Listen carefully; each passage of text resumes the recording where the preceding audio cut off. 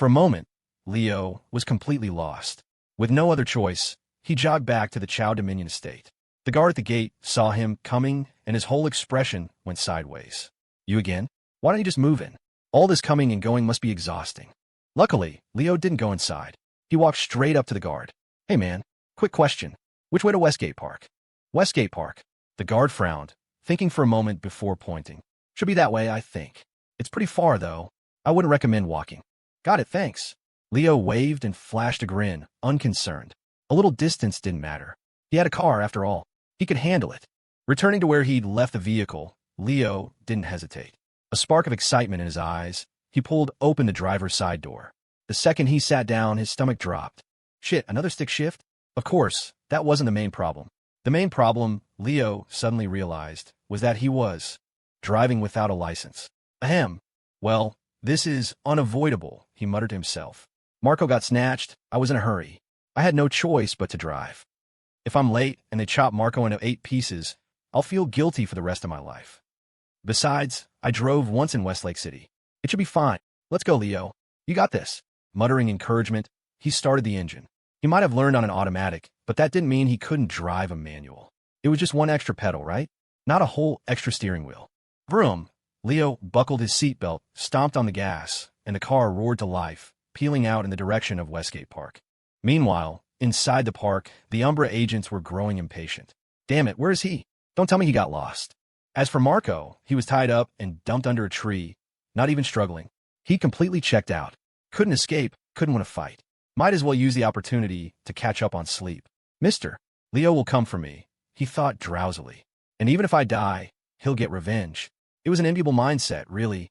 On a park bench, the woman sat as serenely as ever, her calm gaze fixed on the lake before her.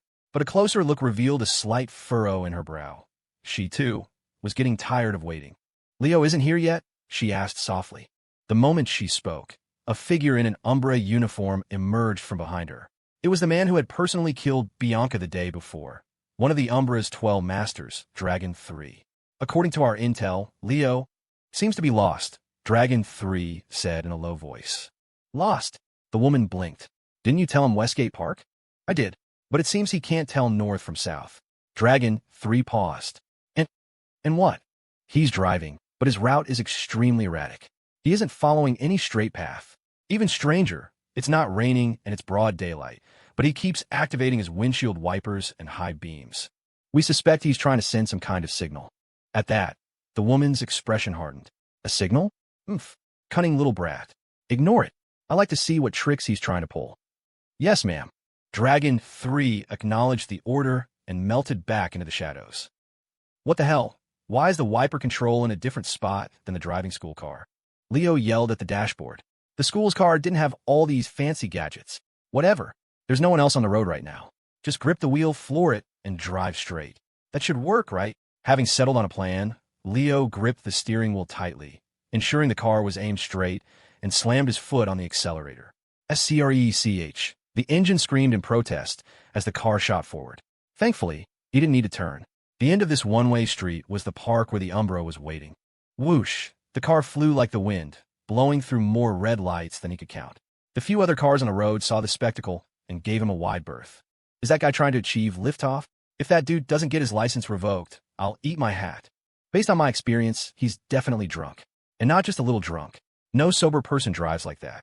How many red lights was that? And why are his wipers on? Hello, 911? I'd like to report a reckless driver. If Leo had heard any of this, he would have scoffed. License revoked? He didn't even have one. Report him to the police? He'd blown up a police station. A few traffic cops weren't going to scare him. No, that's a bad example for the kids. Don't be like Leo. Drive responsibly, or your loved ones will cry.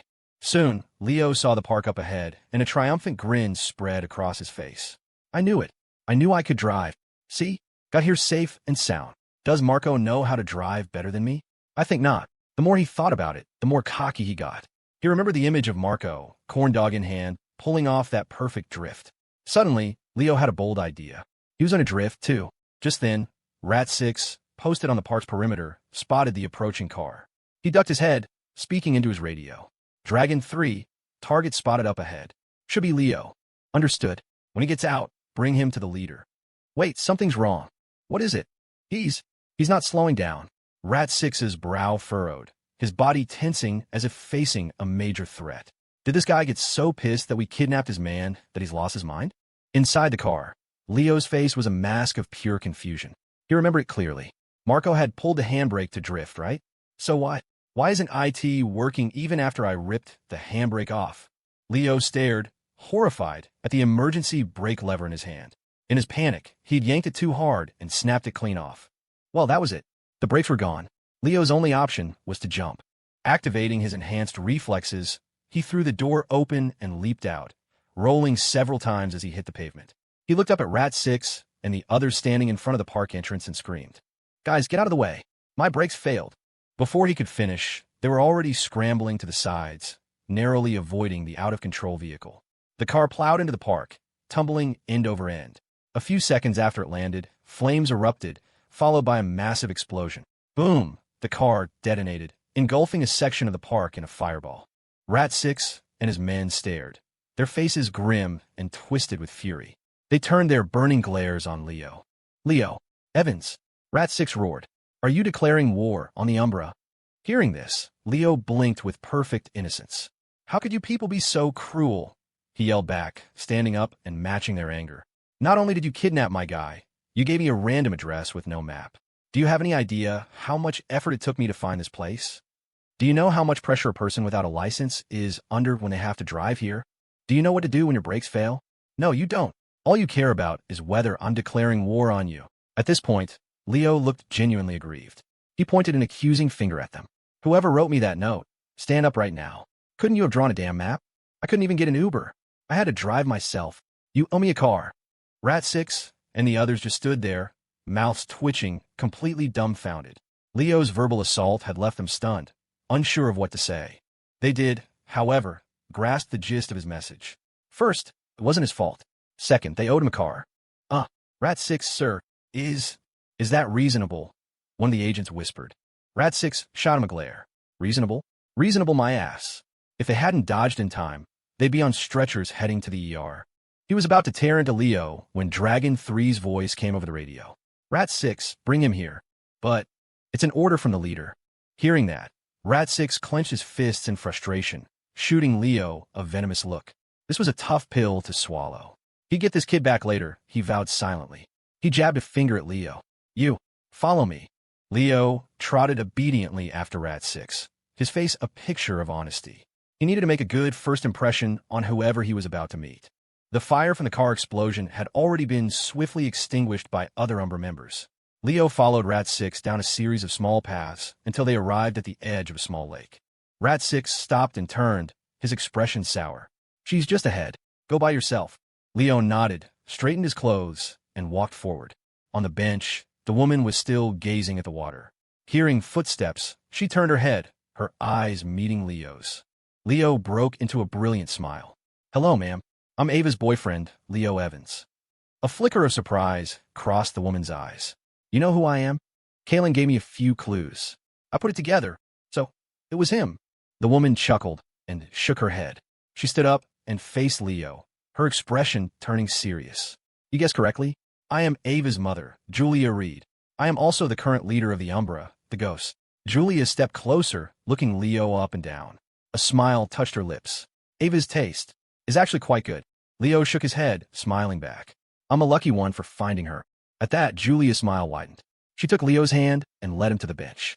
"You must have a lot of questions." Leo was silent for a moment before nodding. Since she was Ava's mother, there was no need for pretense. And he did have a lot of things he wanted to clear up. "After I got to Viridian, I knew something wasn't right," Leo began. "My fight with the Foam Alliance in the Crucible didn't get much press, so I wasn't on anyone's radar back then. But after the battle in West Lake City, I definitely caught the eye of certain people. From that moment, they realized I was special and started trying to use me as a pawn. Once I figured that out, I distanced myself from the BSO and refused to align with any faction. That was my first move." Julia listened, the appreciation in her eyes growing stronger. When Leo finished, she added, "And your second move was to step out and use the Ming cartel to show them that you were a very unstable pawn. That forced them to weigh the pros and cons of your existence. But none of that mattered, because you only ever had one true goal." She paused, her eyes sharp. "To destroy the Ming cartel, correct?" Leo's eyebrow rose slightly, but he nodded in acknowledgement. His voice was level. Jasper Kane killed my friend's parents. I have to settle that score for him. Besides, the people pulling the strings are too good at hiding. If I don't completely wipe out a faction, I'll never force them out into the open. Silence fell between them. After a long moment, Julia laughed softly and reached out to ruffle Leo's hair. You look just like my son just now. She was referring to Julian. But after hearing all that, I'm relieved. She looked at Leo, her expression earnest. No matter what you do, the Umbra will always support you completely. Not because you're Ava's boyfriend, but because the Umbra was always meant to be yours. Leo's eyes widened. He was completely floored. The Umbra was meant for me. Man, what do you mean? In a way, the Umbra is a gift your parents left for you, Julia said with a smile. I imagine you've already figured it out, but your parents are not simple people. Still in shock, Leo nodded slowly. If his mom and dad were just ordinary people, they would have been used as leverage against him the moment he caught the syndicate's attention. His call to them earlier about the holidays had just been to make sure they were safe. I can't tell you too much about your parents' business, but I can tell you they're in New York City right now, and they're not in any danger.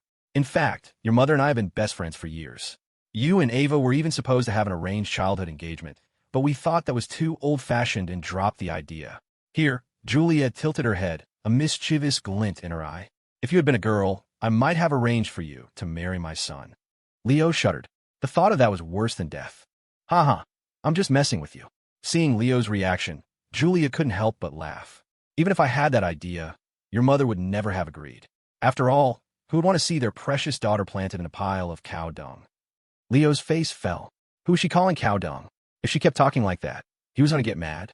He'd go home and force the issue with Ava right now. All right, back to business. Let me tell you about the Umbra. Leo's expression immediately turned angelic.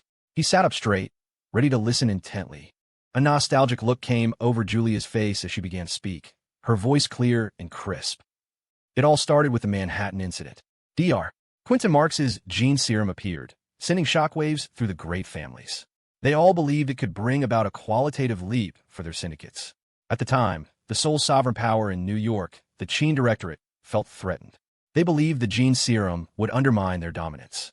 And so, that day, all the families in the city made their moves, openly and without restraint. The fighting was brutal. The other Apex families used the chaos as an opportunity to attack the Gene Directorate. The Vance Dominion was one of the main forces leading the assault. A sarcastic, wistful look crossed Julia's face. The gene serum was just an excuse. Maybe a few people were genuinely focused on it, but not many. What the families really needed was an opportunity, an excuse to unite and tear the Gene Directorate down from its throne. The serum was something to worry about after the Genes were gone. The battle raged for 5 days and 5 nights. The streets of New York ran with blood. Countless innocent people lost their lives. The end result of the Manhattan incident was the complete annihilation of the Gene Directorate. The other families were also severely weakened, and an incomplete version of the gene serum was stolen by the Vance Dominion. Sterling and the BSO fought desperately to stop the war, doing everything they could to save innocent lives, but it was like trying to put out a forest fire with a cup of water. In the end, Sterling was ambushed and imprisoned by the Vance Dominion. The BSO collapsed, its agents scattering to the winds. Leo frowned. Why didn't they just kill Sterling? Because he's more valuable alive than dead, Julia explained. If Sterling died, many old-school BSO agents would have come seeking revenge, regardless of the cost. To avoid that trouble, the Vance Dominion chose not to kill him, instead just watching as the BSO withered away. Over time, many lost their way, quit the Bureau, and returned to their hometowns to establish their own syndicates. I see. Leo nodded. He could think of several people who fit that description. See, I was probably one of them. Anthony Reed, too. Otherwise, he wouldn't have gone to rescue Sterling. So what does all this have to do with the Umbra? The Umbra appeared after the Manhattan incident, Julia said slowly. During that battle, there was a man, elusive, decisive, a killer who called himself the world's greatest assassin. He even made an attempt on the life of the Gene Patriarch and nearly succeeded. Even after being discovered, he managed to escape, killing many Gene members on his way out. The story spread, shaking all of New York. Hearing this description, Leo's eyes widened in shock. That assassin was the Ghost. Smart boy. Julia nodded in approval. That man was indeed the one who would later be known as the Ghost. But at the time, there was no Hero Index, so the title didn't exist. What I'm about to tell you now is the true origin of the Umbra, and of the name the Ghost. Leo's expression turned serious. This was what he really wanted to know. Julia took a deep breath, her eyes locked on his. Leo, from the very beginning. The ghost was actually two people. Two people. Leo frowned in confusion. What did that mean? Julia quickly explained.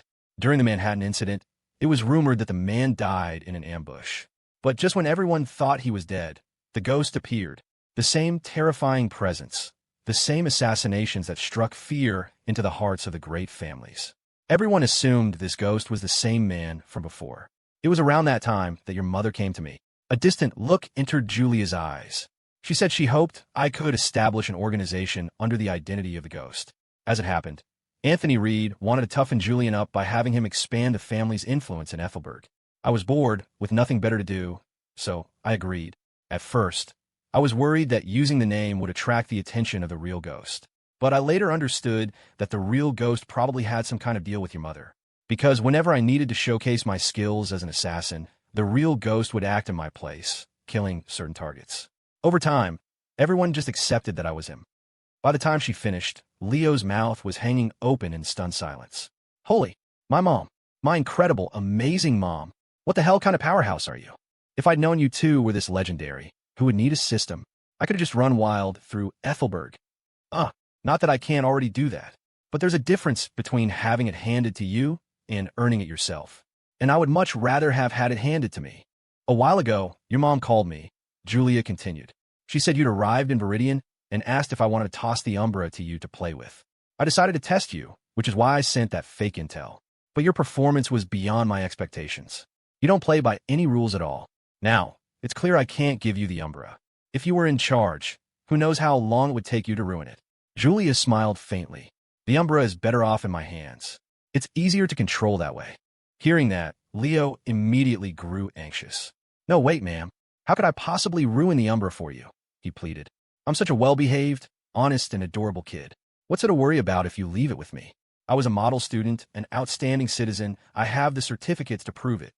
Leo rattled off a long list of credentials, all in an attempt to get Julia to hand over the Umbra. This was the Umbra, after all, an entire organization of assassins. Only an idiot would turn that down. With the Umbra and the Chow Dominion, he'd be able to walk sideways through Viridian. Starting tomorrow, he'd give up stake. Please, ma'am, just give it to me, Leo said, his face a mask of earnestness. The matter is not up for discussion, Julia said, waving a hand dismissively.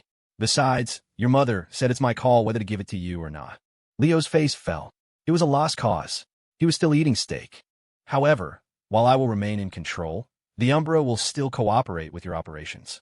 They just take their orders from me, not from you. Leo nodded reluctantly. That was acceptable. At least he could be sure the Umbra was on his side.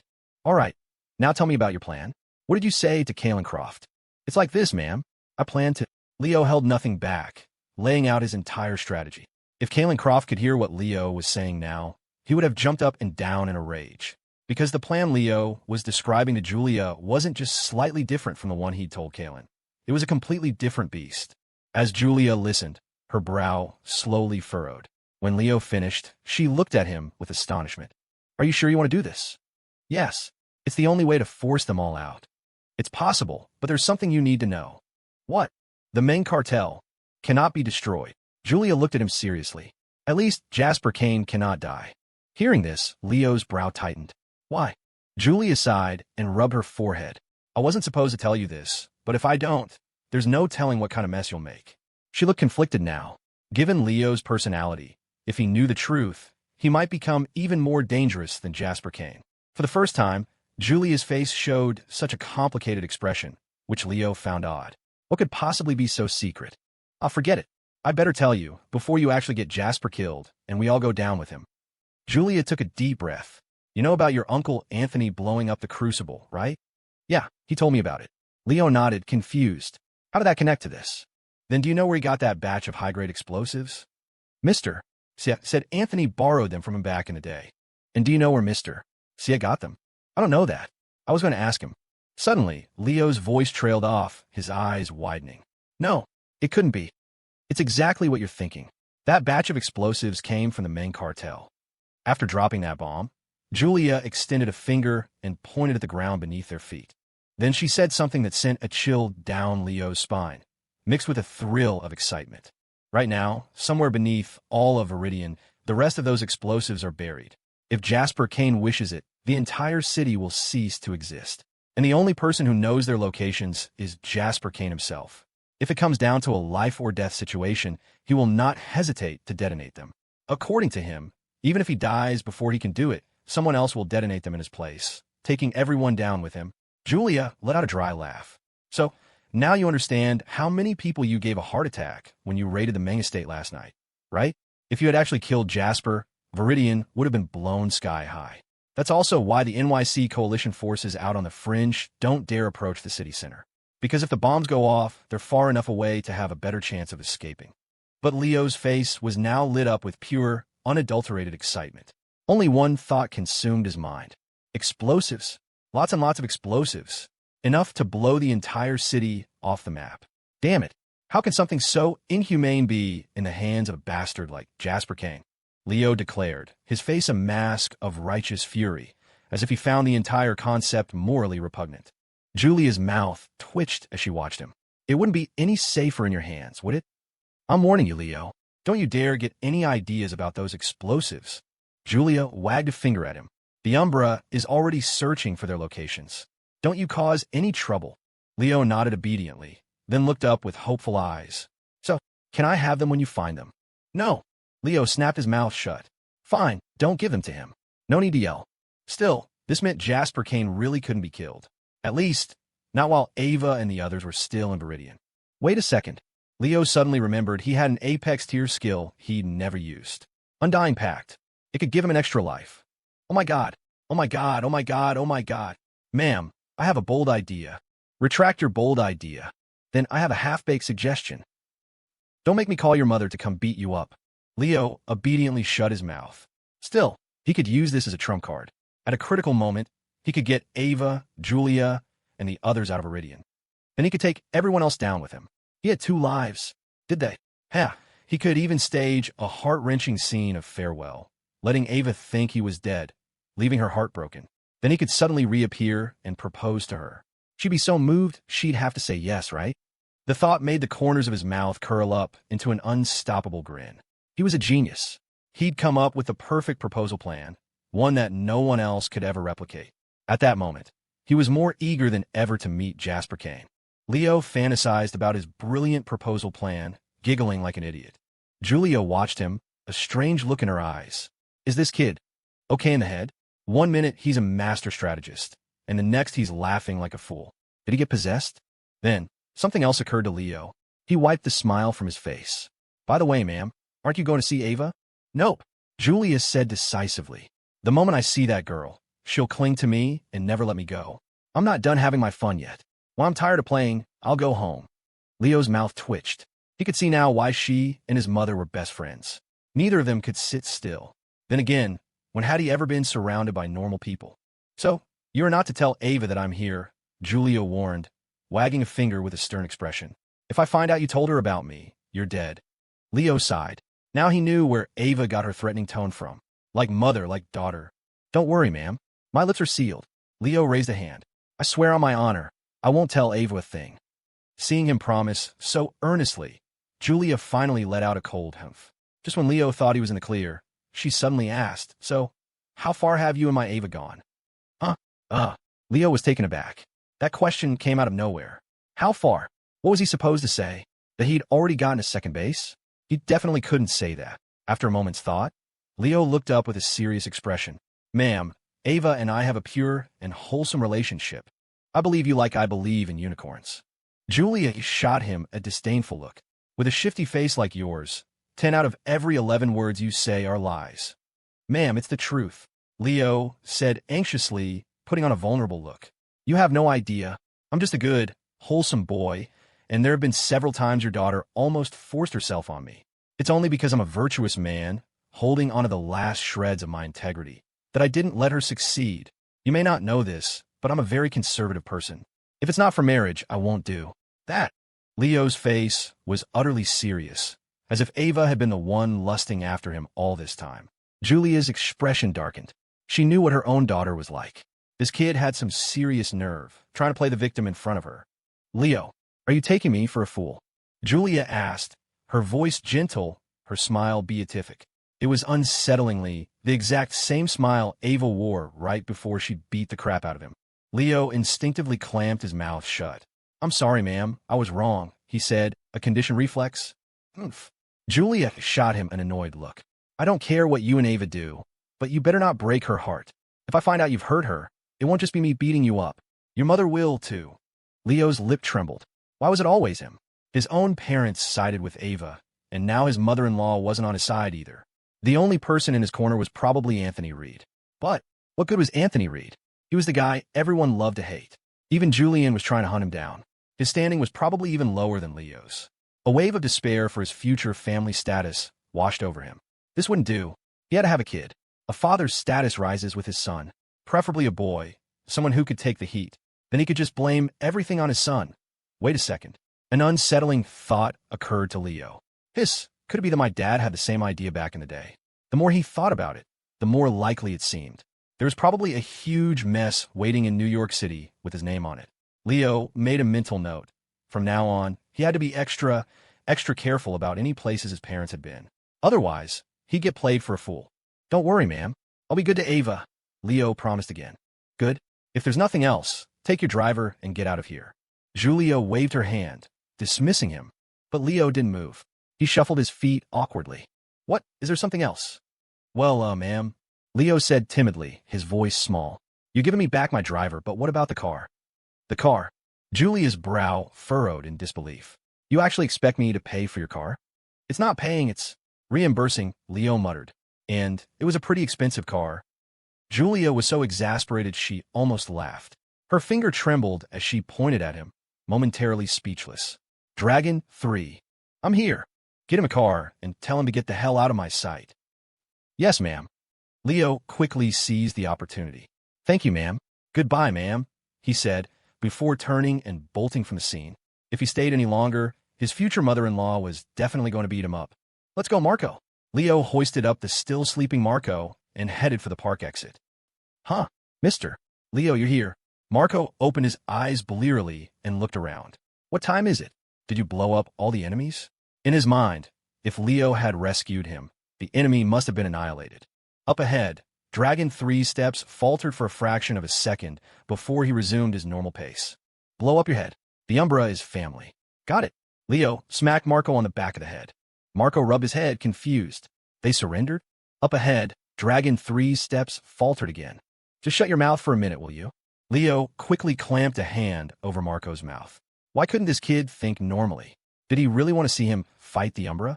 Soon, Dragon 3 led them to the park entrance. Marco stared at the car in front of them, blinking. "Mister, Leo, I don't think this is our car." Right. Our car is in the shop for maintenance."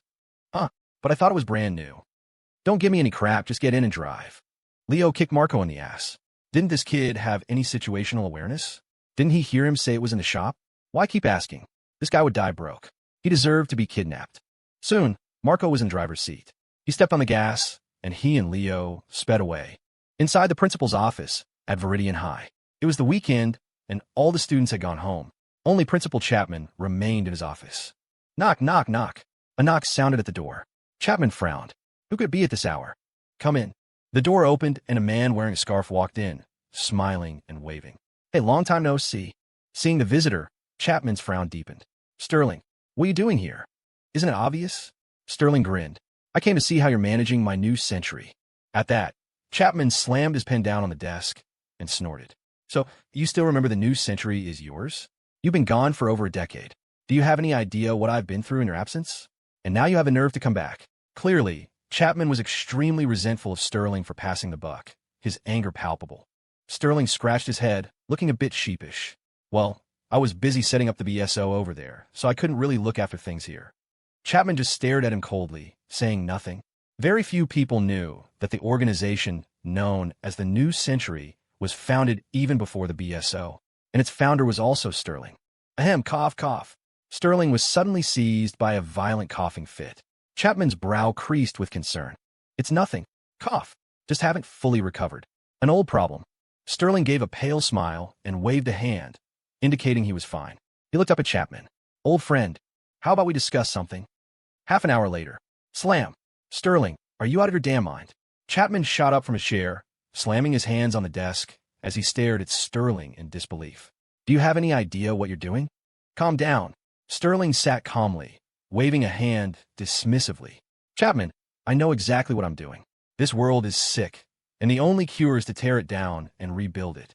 I tried to use a gentler approach, but clearly I failed. The Manhattan incident taught me that this world is beyond saving. He leaned back on the sofa, a self-deprecating look on his face. Sterling pulled a cigarette from his pocket, ignoring whether his body could handle it, and lit it with a lighter. After taking a drag, he stared at the ceiling and spoke slowly. Chapman, you weren't there for the Manhattan incident. You don't know how powerless I felt. Over 100,000 people. 100,000 innocent people. Dead just because of the squabbles between those trash syndicates. What did they do wrong? They were just ordinary people, trying to live their lives in this world. Later, I figured out, it wasn't them who were wrong. It was the world. That was wrong. Chapman stood silently, listening to Sterling's slow, deliberate words. Chapman, do you remember the phrase? Sterling looked at him, reciting softly. The maestro of the age will fire the shot that saves the world. Chapman, I want to be the maestro of the age, and I hope the new century can be the instrument. Chapman said nothing. After a long moment, he finally spoke. What about the BSO? The BSO? Sterling sighed. We walk different paths now. The BSO has its own road to follow. As of today, the BSO is no longer my BSO. From a moment Anthony Reed broke me out, the BSO was given a new soul. Chapman walked slowly until he stood in front of Sterling. What if, one day, the BSO becomes an obstacle in the new century's path? What will you do then? Sterling took a deep drag from his cigarette, flicked the ash, and said flatly, I told you, the BSO and I are no longer connected. Chapman stared hard into Sterling's eyes, as if trying to judge the truth of his words. Sterling chuckled.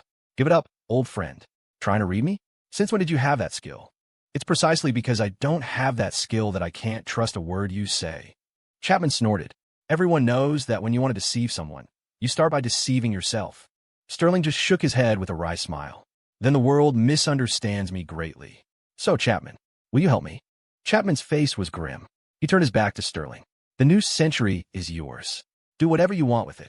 A broad smile spread across Sterling's face. He knew that was a yes. Thanks, old friend.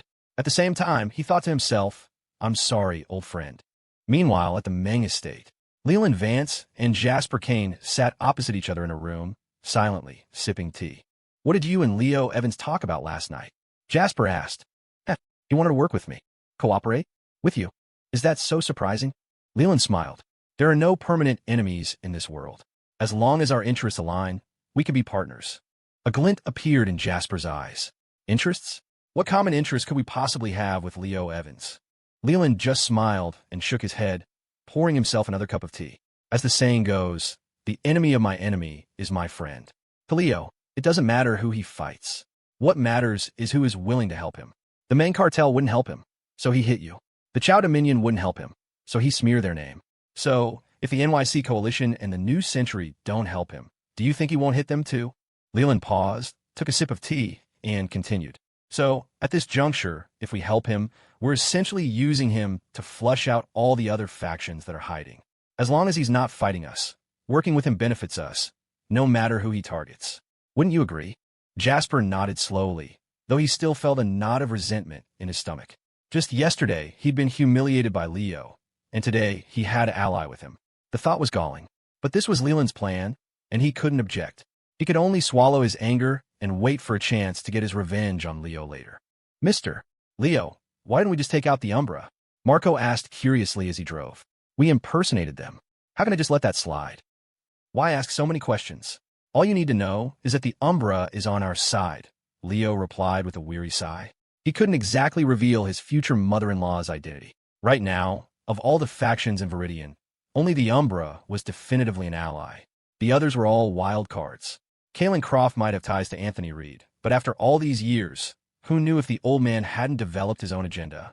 Besides his actual family, Leo didn't trust anyone. SCRECH. Marco executed another perfect drift into a parking spot, making Leo burn with envy. We're here, Mr. Leo, Marco said with a grin. Leo didn't get out right away. After a moment of silence, he said, Marco, from now on, park normally. No more drifting. It's dangerous. Marco. Though confused, Marco nodded in agreement. When Leo got back to their base of operations, the room was already filled with cardboard boxes. He opened one at random. It was full of identical masks with dark gold stripes. I had to hit up several shops to get this many on short notice. Should be enough, right? Kane said from aside. Yeah, it's fine. It's mostly for show anyway, Leo nodded. I've already been to the Chow Dominion. They've agreed to lend us men. Really? Ava's voice rose. How did you manage that? Leo just grinned and wiggled his eyebrows. That's a secret. Ava pouted, though she was intensely curious. She felt like Leo had become a different person since they'd arrived in Viridian. Compared to the Leo in Westlake City, this Leo was far more dependable. He was starting to plan things on his own, to arrange operations, to consider the bigger picture. Perhaps this was what it looked like when a man matured. The thought brought a smile to her face. The more exceptional Leo became, the prouder she was. Leo, of course, had no idea what she was thinking. He glanced at his phone. There were still a few hours until the operation. But with most of the preparations done, everyone was idle. Clap, clap, clap. Leo clapped his hands, getting everyone's attention. All right, people, we've got 3 hours until go time. Everyone gathered around, looking at him expectantly. Was there another new directive? Some last-minute instructions? I propose, Leo said with a perfectly straight face, that since we're just sitting around, we play some poker. Everyone. Ava covered her face. She took back everything she just thought about him being reliable. He was still the same old pig. Marco, go buy a few decks of cards. On it. Marco ran out, thrilled. He felt like working for Leo was the best gig ever. Drive a car now, and then hang out at the base shooting the breeze, and now they got to play cards. It was way better than his old life with the Reeds, fighting and killing every day. You guys play. I'm sitting this one out, Alex said with a wave. Zara did the same. She still had to monitor the surveillance feeds. Of everyone in the base, Zara had the biggest workload, and she was radiating disgruntled employee energy. See, can I join? Silas asked timidly. Leo smiled. Of course. Willow wanted to play too, but Dylan strictly forbade it, saying he couldn't let her be exposed to such vices that would corrupt the youth of the nation. Then, Leo kicked Dylan across the room. You have the gall to spew that hypocritical crap. Leo flipped him the bird. What about all those times you dragged me out to play cards in the middle of the night? That wasn't a vice then? So I guess I'm not the youth of the nation. I'm just supposed to be corrupted by you. Dylan rubbed his ass, his eyes wide with disbelief. Was he just making up lies on the spot again? When had he ever taken him to play cards? The most he'd done was drag him to a land cafe for an all-nighter. He'd even paid for the ramen. Can we hurry it up? The cards are here. What are we playing? Ethan yawned, looking bored. If Zara and Alex aren't playing, there are 8 of us. How do we play with 8? No problem. We'll just drag Alex in. That makes 3 tables of 3 for a tournament. We'll crown a champion. Alex, I said I'm not playing. You want to play? I do not. Don't be difficult. Come on, we need to fill the table. And so, the first annual Viridian poker tournament began. The players were divided into 3 groups. Group 1, Leo, Kane, Silas. Group 2, Ethan, Dylan, Marco. Group 3, Ava, Willa, Alex. Zara served as the referee for the first ever tournament. Alex sat down with a resigned sigh, his mouth twitching as he looked around. Seriously? We're actually doing this? Don't we have an operation tonight? While he was lost in thought, Leo was already shuffling the cards at the next table. The tournament used a point system, but as the games progressed, Zara, the referee, found her own eyes starting to twitch. Because Leo and Ethan's scores were skyrocketing. If those two weren't cheating, Zara would cut off her own head and kick it like a soccer ball. The problem was, she couldn't for the life of her figure out how they were cheating. At the table, Ethan's lips curled into a smirk. All those years of practicing with throwing knives hadn't been for nothing. If he could throw knives so fast they were a blur, palming a few cards was child's play. Besides, Dylan and Marco weren't sharp enough to catch him. Over at the other table, Leo was even more blatant. With his enhanced reflexes active, he was shamelessly stacking the deck and swapping cards. Kane and Silas's hands were a tragic sight. 3, 4, 5, 6, no 7. 8, 9, 10, jack, no queen. When Leo threw down another royal flush, the two of them furiously threw their cards on the table and quit. The only clean game was at Ava's table, where the play was actually competitive. In the end, after several rounds, the winners of the 3 groups were Ethan, Leo, and Ava. Leo and Ethan's scores were in a completely different league from everyone else's. Ava had actually earned her spot through skill. Hey, how about we play for some stakes? Leo suddenly suggested. What did you have in mind? Ethan asked, raising an eyebrow. Losers have to grant the champion one request. How about that? Ava just watched the two of them silently. Oh, sorry, the two cheaters. Everyone here knew they were cheating. They just couldn't prove it. And they had the nerve to suggest playing for stakes. I'm out. You two can bet on your own. I'm not participating, Ava said decisively. She knew she couldn't win. With Leo and Ethan in the game, the deck was dirty. The cards were dirty, and the players were dirtier. What followed, the poker game between Leo and Ethan, could only be described as a clash of the titans. Everyone else just watched, stunned. Ava was speechless. 5 of a kind, 4 kings, royal flush. Check. Straight flush, jack high. Dylan shook his head in amazement. Absolutely shameless. The two of them weren't even trying to hide it. The lowest hand played was 4 of a kind. They were opening with full houses. When that wasn't enough, they started inventing hands. This was a toxic gaming environment. Finally, the other players, having reached their breaking point, voted unanimously to disqualify both of them from the competition. A lifetime ban to restore integrity to the game. In response, the two disqualified contestants, Leo and Ethan, voiced their strong protest. Why am I banned? My games have always been fair and just. Exactly. If you suck, practice more. Just because you can't win doesn't mean we're cheating. Poker has an element of luck. Is it my fault I'm lucky? You guys are just sore losers. Where's the ref? I want to speak to the referee. The referee, Zara, had long since had enough. She brandished a red card for each of them. The two were banished to the sofa, each clutching a red card like a mark of shame, ostracized by the group. Ultimately, with Leo and Ethan out of the picture, the remaining players discovered the importance of a clean gaming environment. After their disqualification, based on the principle of substitution, the final round contestants were changed to Ava, Marco, and Kane. But surprisingly, the final was not as intense as everyone expected, because Ava's luck was absurdly good. She got a great hand almost every single time. The final result: Ava won with a perfect 7-0-0 record. A complete blowout. Ahem, I declare the champion of the first annual poker tournament to be Ava. Clap, clap, clap. Everyone applauded in congratulations.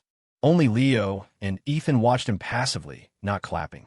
When the tiger's away, the monkey becomes king. This championship is completely meaningless. We wouldn't want it anyway. All right, time's about up. Let's go over tonight's operation, Leo said, checking the time. It was time to get back to business. Everyone stood up, their expressions serious as they looked at Leo. Ava, Zara, Dylan, and Willa, you 4 stay here at the base. Same as before, watch the monitors and report anything you see immediately. Ethan, you're with me. We're leading the team to stir up trouble at the Meng estate. They'll be on guard tonight, so it'll be tricky for me to go alone. Kane, you and Silas go to the Chow estate to pick up their men, then wait for my signal. I'll say it again. Tonight's operation is under my command. We hit who I say we hit. Understood. Everyone nodded grimly. Marco timidly raised his hand. Mister, Leo, what about me? Leo looked at him and smiled. Marco, your mission is very important. Really? What is it? You drive. Oh, evening came, and night fell over the city. The Meng estate was silent, on high alert. Dad, do you think he's really coming? Quentin Kane, his face wrapped in bandages, hobbled over to Jasper Kane's side on a crutch. Before Jasper could answer, Nighthawk appeared. If he dares to show his face again, I'll show him the meaning of despair. Nighthawk was still fuming about his failure to capture Leo the previous night and the major loss he'd suffered. He hadn't slept a wink. Now, in his eyes, killing Leo was as important as killing the ghost. In fact, maybe even more important. Don't worry, that kid will be here, Jasper said. He hadn't told the other two about his deal with Leland Vance and Leo. The fewer people who knew, the better. Tonight was just about putting on a show for Leo. They're here. The words had barely left his mouth when a massive group of figures appeared in the distance. Jasper's brow furrowed. They were all wearing the same dark gold-striped masks, obscuring their faces. Leo, at the head of the group, was also masked and holding a large megaphone. He stopped at the main gate of the Meng estate, raised the megaphone, and yelled, Testing, testing, can you hear me? Jasper Kane, I told you I was letting you off the hook yesterday. Today is the day the Meng cartel dies. Inside, Jasper sighed wearily. Honestly, I was immune to these threats by now. It was always the day you die this, and the day you die that. But Leo's next words made him freeze. But I'm not here representing the Umbra tonight. To all the factions of Iridian, I know you have spies watching. All of you listen up. A smirk played on Leo's lips. He took a deep breath and roared into the megaphone. I, Leo Evans. Today, representing the new century, declare war on the main cartel. The spies from all the different factions, hidden in the surroundings, were stunned into silence. The new century? What kind of faction was that? Was it something Leo had created? But those who knew the truth, Jasper Kane included, swallowed hard. Has Leo lost his mind? He dares to impersonate the new century. Jasper, in particular, was completely numb. This wasn't part of the plan. Wasn't the deal just to show up, have a skirmish, and put on a little show? Why was he dragging the new century into this? But Leo didn't care. After his declaration, he swept his arm forward. Full assault. Today the main cartel dies. Giving Jasper no time to think, the forces behind Leo charged. In an instant, the night was filled with the sound of gunfire and explosions. Stop them! Jasper yelled, his voice strained. He had no time to process this. He had to hold them back. Watching the battle unfold, Jasper gritted his teeth. Damn it, this isn't what Leland Vance told me. This wasn't putting on a show. This battle was even more brutal than last night's. What the hell were Leland and Leo plotting? Jasper was certain now that Leland hadn't told him the whole truth. In the shadows, spies from the other factions were frantically reporting back. Leo was at war with the main cartel again. And at the same time, the name, the New Century, had appeared on everyone's radar. Factions who were in the dark began scrambling for any information they could find.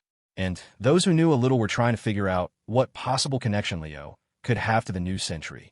Why would he suddenly claim to represent them? Let's get, boys. Tonight, the main cartel dies. Jasper Kane, come out and face your doom. It was unclear who they'd learned it from, but Leo's men never fought with their mouths shut.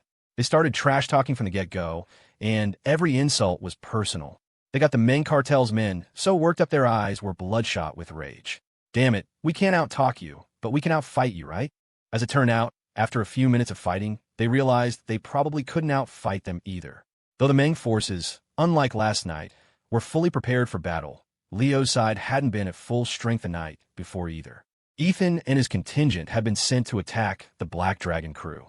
Now, with Ethan and his men rejoining the main force, the two sides were evenly matched again. In fact, Leo's side seemed to have a slight edge.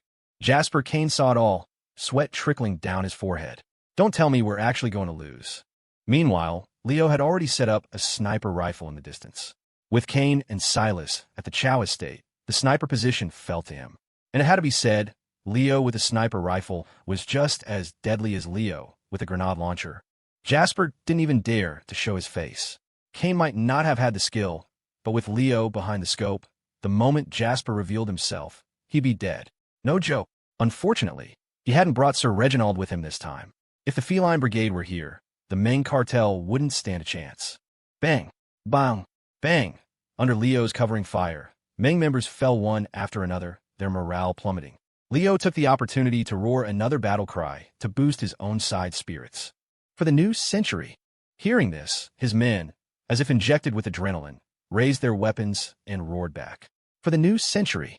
At that, everyone, from the Meng forces to the hidden spies of the various syndicates, felt their mouths twitch. Are you kidding me? Last night, wasn't it for the Umbra? Now, it's the New Century? You guys switch allegiances pretty damn fast, don't you? That shameless bastard. Tomorrow, is he going to impersonate the main cartel and attack the Chow Dominion? I'm more curious about whether the New Century spies are here, and what they're thinking right now. What about the Umbra's spies? What's your leader's take on Leo? Come on, say something. Well now, this guy's a new face. Which crew are you with? In the shadows, the spies from the major factions were also engaging in their own subtle battles of wits, trying to feel each other out. They weren't paying too much attention to the actual fight. Even if the main cartel truly fell, it didn't matter as long as Jasper Kane survived. They didn't believe Leo was ignorant of the explosives Jasper had planted. If Jasper died, all of Iridian would be finished. So no matter how hard he fought, Leo would never actually kill him. The battle before them was just entertainment. Anyone who got involved now was an idiot. Leo, Evans, Nighthawk yelled from a distance. If you got the guts, come over here and we'll go another round. He had no choice. With Leo sniping, he couldn't even get close, let alone engage in hand-to-hand combat. But Leo couldn't be bothered to respond. He didn't even fire a shot at Nighthawk. He knew the cunning bastard was standing at a perfectly safe distance. Even if Leo fired, he could dodge in an instant. Shooting at him would be a waste of a bullet. However, Nighthawk didn't dare enter the fray either. He knew that while Leo was ignoring him, He wasn't disregarding him. If he showed the slightest opening, Leo wouldn't hesitate to pull the trigger. That was what frustrated him the most. He'd lived this long, only to be pinned down by some kid who hadn't even started shaving. All he could do was keep shouting insults, trying to provoke a reaction. But this was Leo. Unless you stole his Inferno burrito, he wasn't going to get angry. Whoa, the main cartel is getting completely steamrolled. Leo is a monster. Every time they have an advantage somewhere, he takes a few shots and turns the tide. With that kind of battlefield control, why isn't he on the list? He must be new. The list is only updated once a year. This Leo guy hasn't even been on the scene for a full year yet. Well, it's almost the end of the year. When a list updates, Leo might even surpass the Ghost and take the #1 spot. And that Ethan Sia guy, those throwing knives of his are nasty. I think he could make the list too. The new generation is terrifying. These kids are getting stronger and stronger. In the shadows, the various factions continued to watch the show. Some had even pulled out bags of sunflower seeds and started snacking. Inside the main compound, Jasper Kane's brow was furrowed. At this rate, he was going to run out of men. He gritted his teeth, stood up, and strode outside. At this point, he had to show himself. He didn't believe Leo would dare to kill him. Soon, Jasper's figure appeared. He bellowed, "That's enough, Leo Evans. If this continues, it won't do either of us any good." Crack! Before he could finish his sentence, a bullet tore through the air and struck him in the waist. For a moment, everyone froze. The men in the shadows dropped their snacks, the atmosphere turning instantly to ice. Jasper felt the searing pain in his side, the warm blood flowing from the wound. He stared in disbelief. "Leo, actually dare to shoot me?" The next second, Leo's voice boomed through the megaphone, stunning everyone. "Jasper Kane, if you got the balls, then blow up all of Viridian today. My life isn't worth much anyway.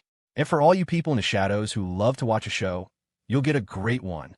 You all love to hide, don't you? Well, stay hidden. But my next shot will be aimed at Jasper Kane's head. I don't give a damn if you're the NYC Coalition, the New Century, or some other bunch of nobodies. If you don't come out, we all go down together." When Leo finished speaking, everyone was in a state of shock. Jasper clutched his side, his eyes wide. He could detonate the explosives, yes, but he didn't want to die, especially not like this, so suddenly, he couldn't accept it. And it wasn't just him. In the shadows, the agents from the other syndicates were about to lose their minds. "Seriously, dude? Are you insane? We're just watching the show, and you're going to drag us all down with you." "We'll stop watching, okay? Boss, get back inside. Medic, where's the medic? Get the boss some help. Damn you, Leo Evans. Let's kill them all." The shot that hit Jasper Kane sent the main cartel's men into a frenzy. Of course, the ones in an even bigger frenzy were the hidden agents from the other factions. At that moment, they were more concerned about Jasper's well-being than his own men were. Jasper Kane could not die. Damn it. What is Leo trying to do? Does he really want to kill Jasper? He's trying to force us out. What do we do? You're asking me? Who am I supposed to ask? The most important thing right now is that Jasper Kane can't die. Right, Jasper can't die. Just as several men rushed forward to provide cover for Jasper's retreat, Leo squeezed the trigger again from the distance. Crack! A bullet kicked up dirt at Jasper's feet, freezing everyone in their tracks. Leo let out a soft chuckle. "Now that you're out in the open, did you really think I'd let you just go back inside?"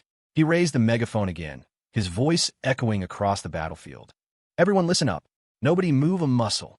The next person who moves, I kill Jasper Kane, and we all go to hell together. Now, everyone around Jasper Kane, back off." His words hung in the air. The men around Jasper exchanged uncertain glances.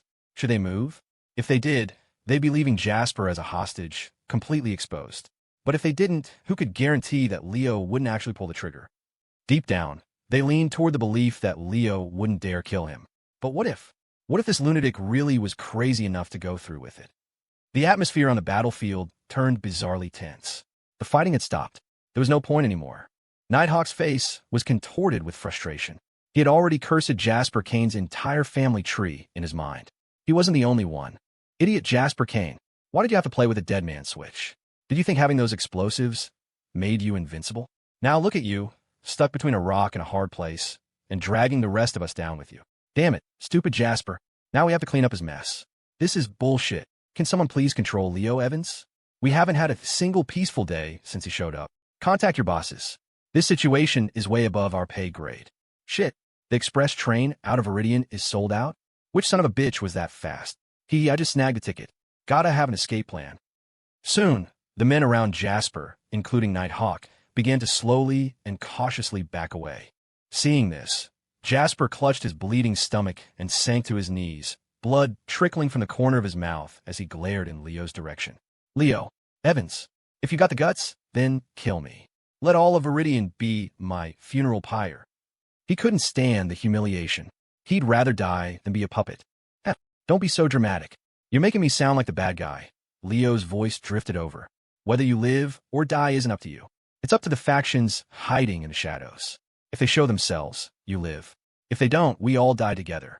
You just get to go first. Then, Leo ignored Jasper and yelled through the megaphone again. Is anyone from the NYC coalition here?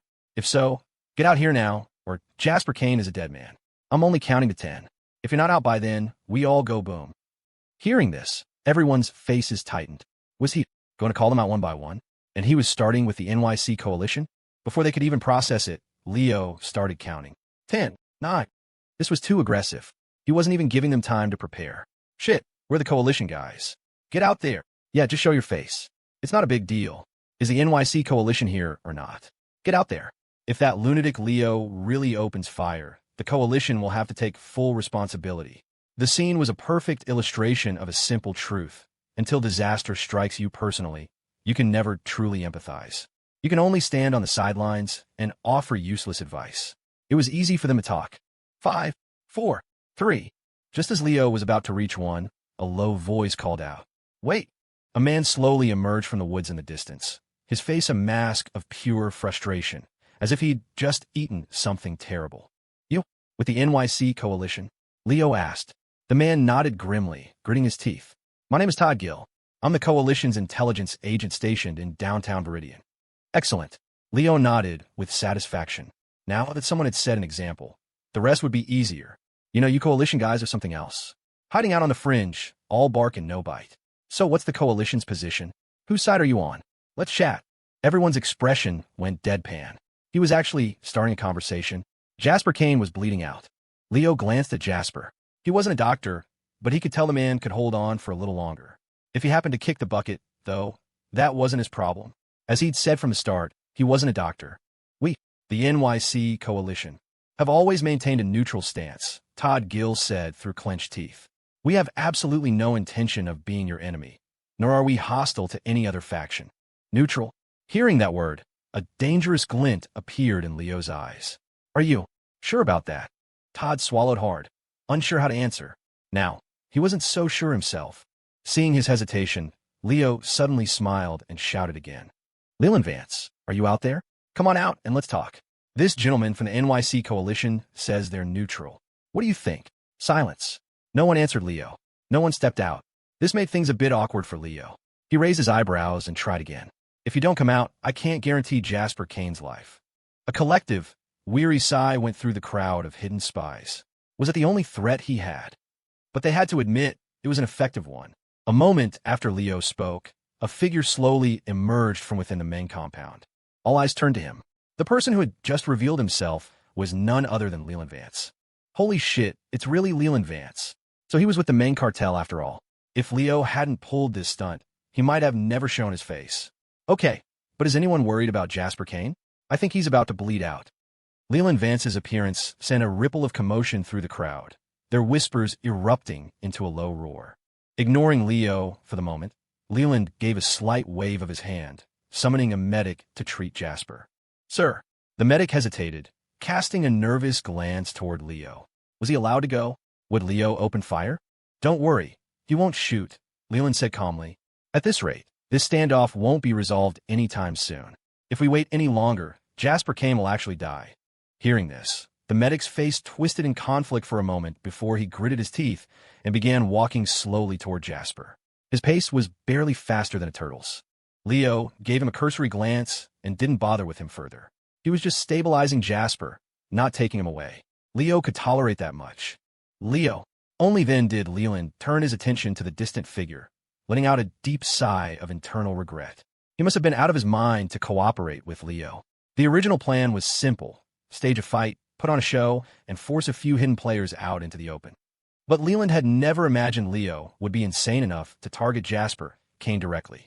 If he had known this was Leo's plan, he would have died before agreeing to work with him. And Jasper was a moron too. All he had to do was stay hidden, but no, he had to pop out and run his mouth. Just had to show everyone how tough he was, didn't he? Leland, the NYC coalition, says they're remaining neutral.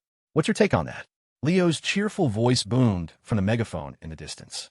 Leland shot a dismissive look at Todd Gill, scoffing inwardly. Neutral? More like opportunists waiting to see which way the wind blew. In Viridian, there is no neutral, Leland stated flatly, his words laced with chilling finality. The color drained from Todd Gill's face. Great minds think alike. Leo nodded, thoroughly satisfied. He turned his attention to Todd. You heard him. There's no such thing as neutral here.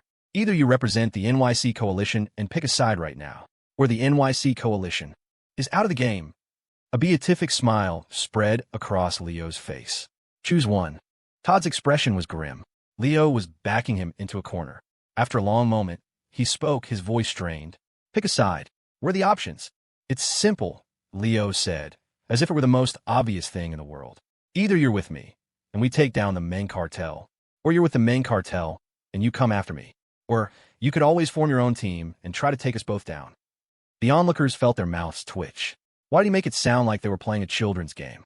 Hearing the three options, Todd's face grew even darker. He dismissed the first option without a second thought. Everyone in Viridian knew Leo was a walking disaster magnet.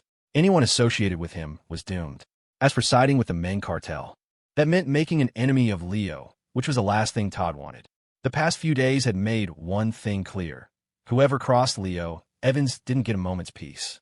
To this day, Jasper Kane probably still didn't even know how he'd ended up on Leo's radar. That left only one real choice. The NYC coalition stands alone. Todd took a deep breath and declared, his voice heavy. No one was surprised.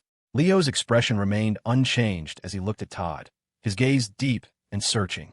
You're sure? I'm sure. At that, a brilliant smile broke across Leo's face. Well, that's just perfect. That means we're enemies now. Todd's guard shot up instantly. What are you planning? Don't be nervous. I'm not going to do anything to you, Leo said with a slight smile. I was actually worried you might choose to side with me. That would have been a real headache. This way is much better. Just as the words left his mouth, a distant roar echoed through the night. Boom! The sound of the explosion was faint, coming from far away. What was that? More explosions? Leo and Ethan Sia are both here. It can't be them again, can it? Then what's going on? Don't tell me a gas line blew. That direction. Isn't that out toward the suburbs? Holy shit. The NYC coalition. At that same moment, Todd's phone vibrated. 2 messages lit up his screen. Base is under attack. It's the Chow Dominion. And the Umbra. Todd's pupils contracted. His hand trembled, and the phone slipped from his grasp, clattering to the ground. He whipped his head up, his eyes locking on Leo's smiling face in the distance. It was you. You already teamed up with the Chow Dominion and the Umbra. His accusation stunned the crowd. What? Leo's working with the Chow Dominion and the Umbra. So the ones attacking the NYC coalition right now are their people. Holy crap. When did this happen? This is terrifying. That maniac Leo really just attacks without a second thought. So basically, if you're not with him, you're against him, and he'll take you out?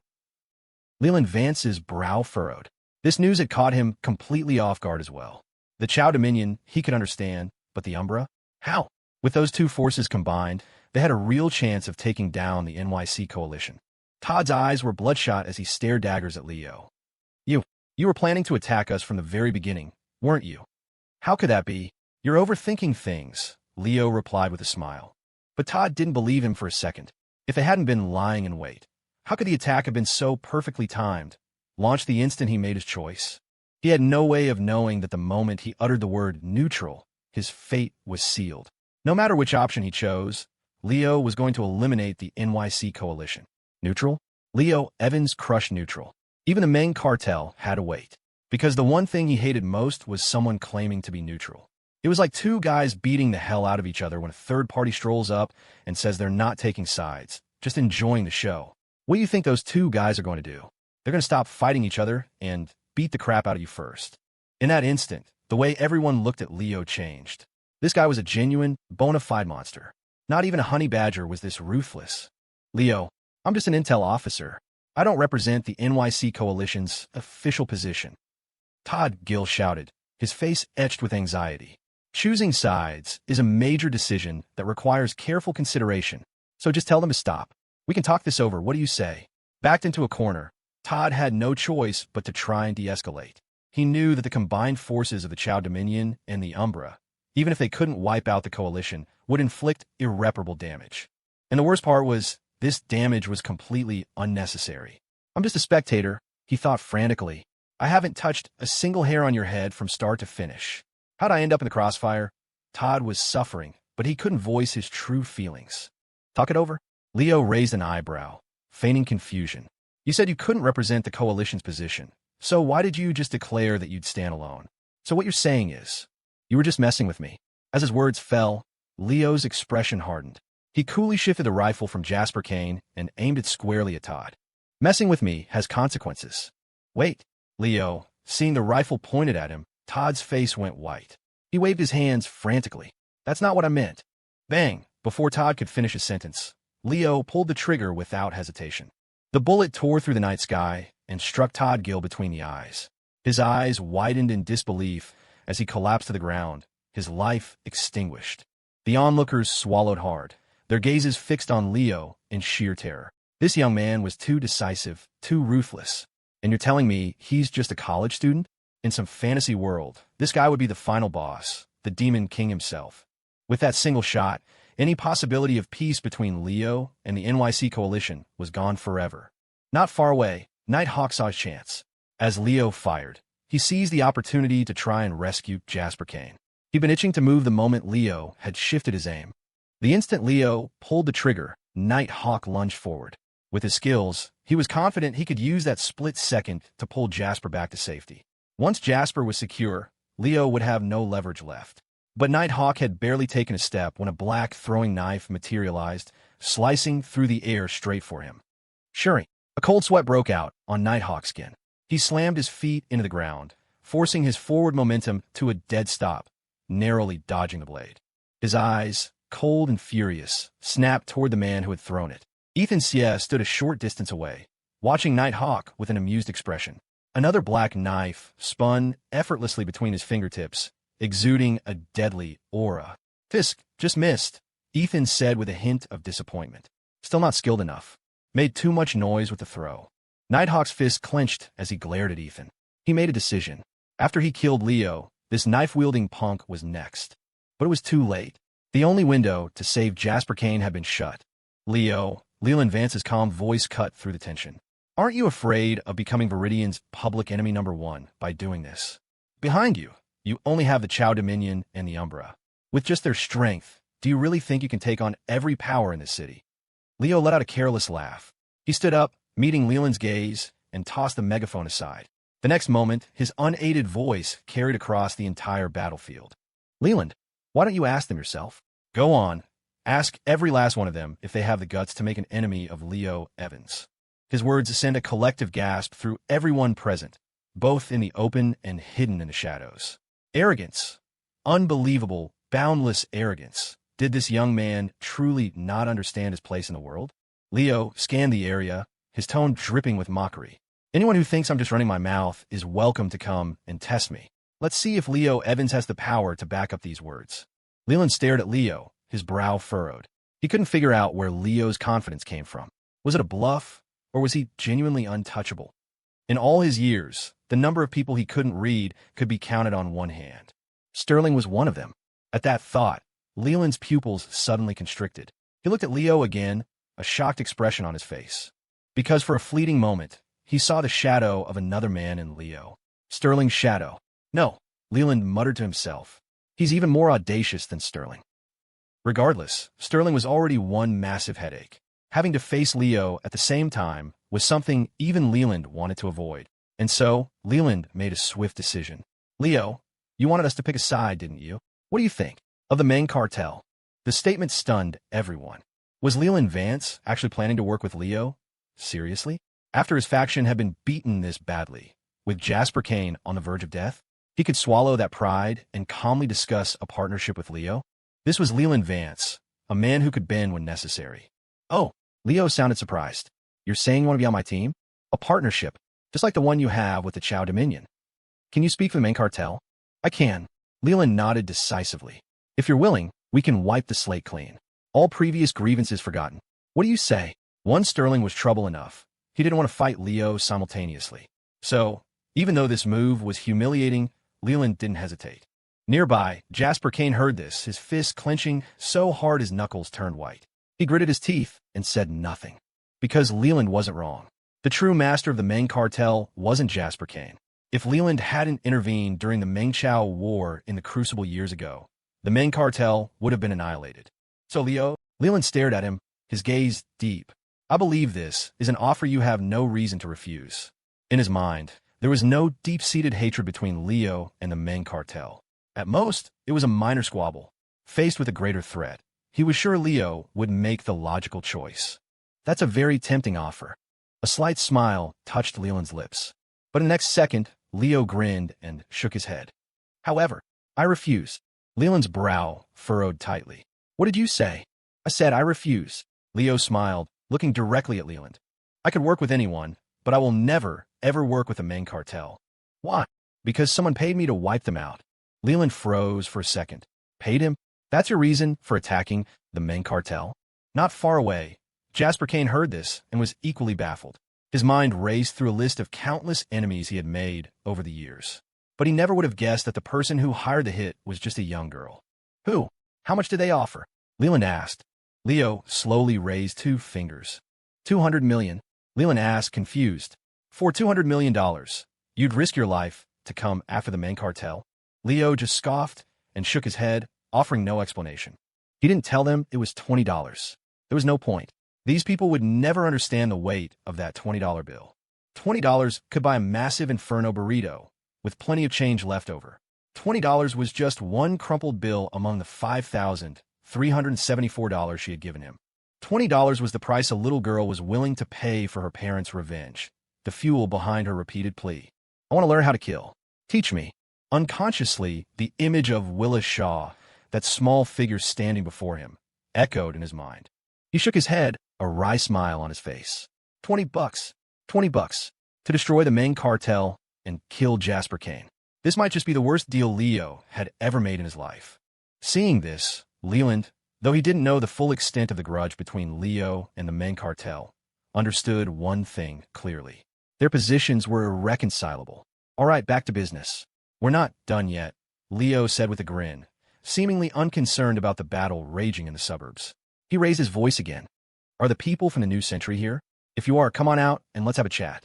The onlookers' mouths twitched. Weren't you just impersonating someone from the New Century a little while ago? And now you're just dropping the act? A little careless, don't you think? The New Century has to be here. The question is whether they'll dare to show themselves. That faction has always been mysterious, and their true strength is unknown. I bet they won't give in to Leo. Hard to say. Did you see what happened to the NYC coalition? The explosions from the suburbs still haven't stopped. But I'm also curious. What kind of organization is the New Century really? Exactly. For so many years, not a single solid piece of information about them has surfaced. Everyone's curious. As the crowd murmured, a figure slowly stepped out from the shadows. His appearance immediately captured everyone's attention. The man showed no signs of fear. Instead, he faced Leo with a broad smile and gave a slight bow. A pleasure to meet you. Allow me to introduce myself. I'm the third in command of the New Century. My name is Adrian. Mr. Evans, our leader, sends his regards. Adrian was refined and gentle, looking like the epitome of a kind, domestic man. But Leo knew that people like him were often the most difficult to deal with. Just like Julian Reed, who had appeared so gentle on the surface but was rotten to the core, willing to sell his own sister for $1 million. Leo took a moment to mentally condemn Julian before turning his full attention to Adrian, his expression growing more serious. Third in command of the New Century. This was a level far beyond a low-level intel officer like Todd Gill. Your leader knows me, Leo asked. Is there anyone in Viridian who doesn't know of Mr. Evans now? Adrian replied with a smile. That's interesting. Has your leader and I ever met? No, but he is very interested in you and has wanted to meet you for some time. Is he a man or a woman? Our leader is, of course, a man. The two spoke as if they were just chatting, while everyone else strained to hear every word. They knew so little about the New Century that every sentence from Adrian's mouth was a valuable piece of intelligence. Even Leland Vance was listening intently, his brow furrowed in thought. He didn't know much about the New Century either, only that the faction was incredibly powerful. perhaps even the strongest in all of Viridian. Leo and Adrian continued their conversation, with Adrian answering every question with a patient smile. It was making it hard for Leo to even consider getting rough with him. What's the new Sentry's position? Which side are you on? Leo suddenly asked. We stand on our own. However, our leader said that if you're interested in a partnership, it is not out of the question. So easy to talk to? Leo was surprised. He followed up immediately. Your leader doesn't happen to be related to me, does he? Could this be another Umbra situation, where the leader was some long-lost relative? If that was the case, he swore he'd give up steak for a month. He wouldn't just be walking all over Viridian, he'd be flying. To his disappointment, however, Adrian shook his head. Our leader simply admires you, Mr. Evans, Adrian said with a slight smile. And to show our sincerity, he has prepared a gift for you. Oh, what kind of gift? Leo's curiosity about the new Sentry's leader grew. The gift is a piece of information, Adrian said with a soft laugh. Information about a certain faction, and it's something everyone here can listen to. At his words, everyone perked up their ears. Only Leland Vance's brow furrowed deeper, a sense of foreboding rising within him. That faction is the Black Dragon Crew. Hearing those 3 words, Leland's pupils contracted violently. Damn it, the others were confused. The Black Dragon Crew? Weren't they already all but wiped out by Leo? Leo's face also showed a hint of confusion, but Adrian quickly clarified for everyone. According to our leader's investigation, the Black Dragon Crew headquarters that Mr. Evans previously destroyed was merely a front, a collection of miscellaneous forces. The real Black Dragon Crew is scattered throughout Viridian, and its true leader was never Marcus Lynn. The real leader of the Black Dragon Crew is the man who recently and secretly brought all of the Vance Dominion's remaining forces from New York to Viridian. Marcus Lynn's father, and Leland Vance's right-hand man. Cyrus Lynn. As the name was spoken, every eye in the place shot toward Leland Vance. And Leland's gaze was fixed on Adrian, cold and deadly. How could he possibly know that? Cyrus Lynn? The name sounds familiar. You don't know Cyrus Lynn? He was a major player during the Manhattan incident. The Vance Dominion wouldn't be what it is today without him. What Vance Dominion? They're gone. If this Adrian guy is right, the remnants of their forces are the real Black Dragon Crew. They hit it so well. Everyone thought the Black Dragon Crew was finished, so we all let our guard down. They were just waiting for the right moment to strike. Leland Vance is one dirty bastard. If it weren't for Adrian, who knows how long we would have been kept in the dark. Whispers turned to a flurry of activity as everyone began relaying the information back to their respective factions. It was a crucial piece of intel, worth all the heart-pounding tension they'd endured tonight.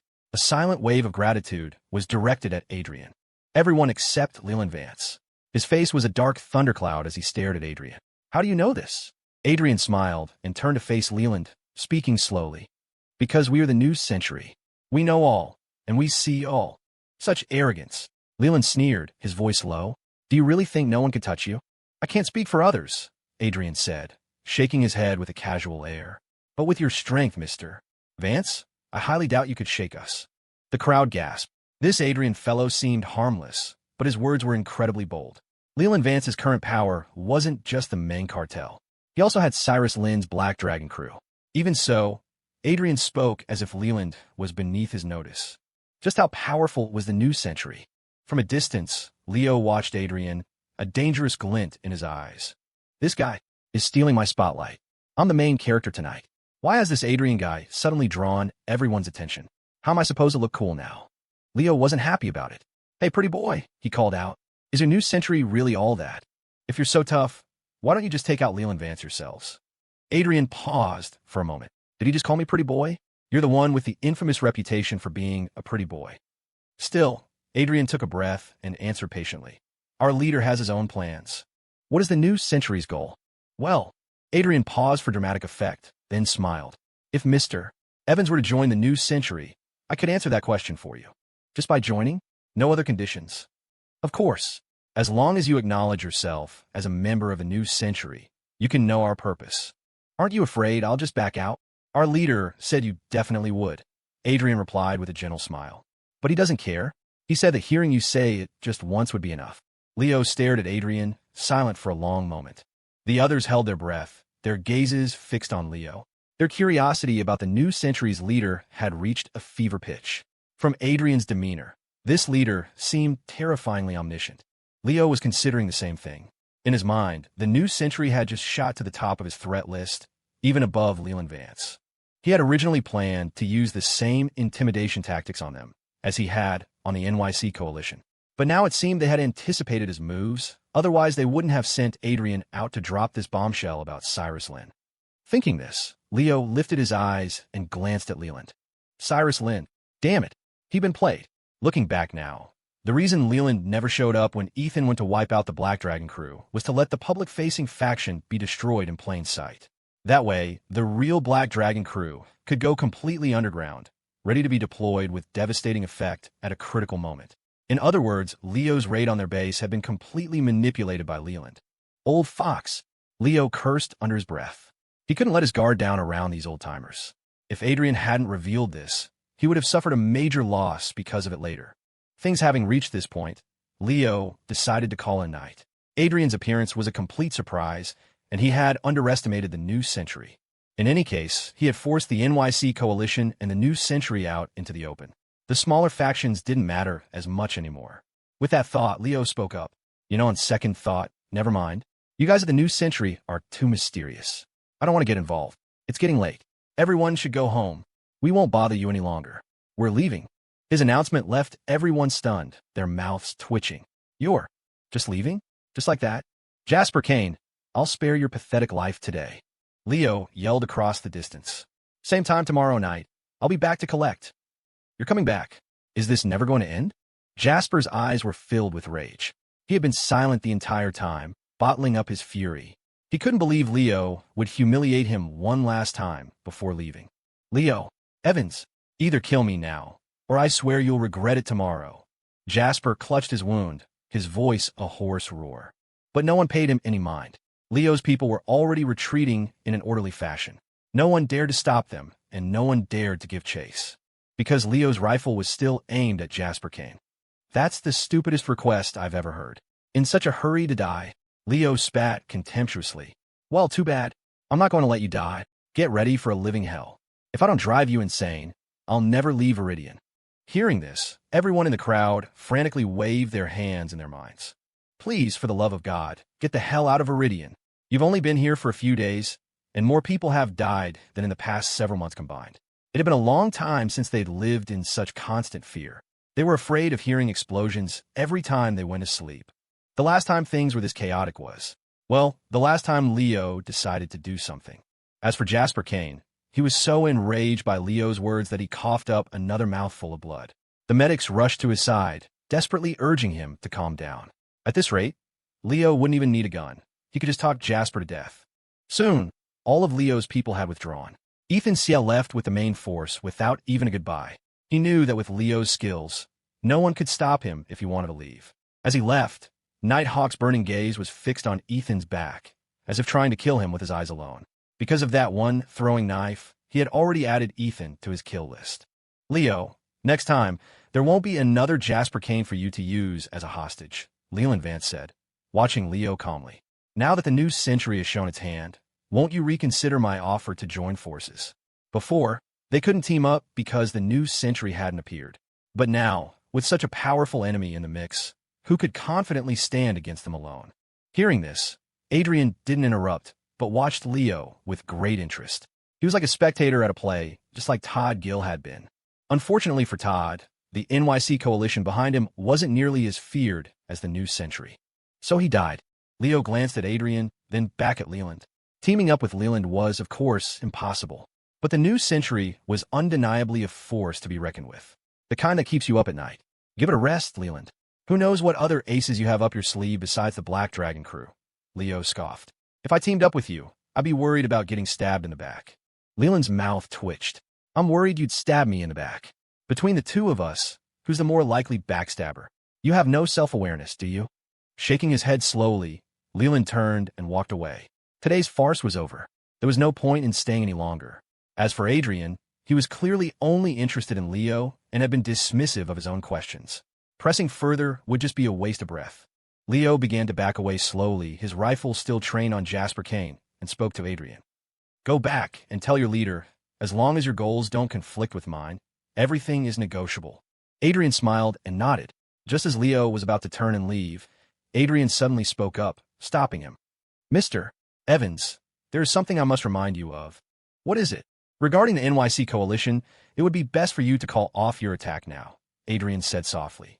While the Chow Dominion and the Umbra are strong, the coalition is not as simple as it appears.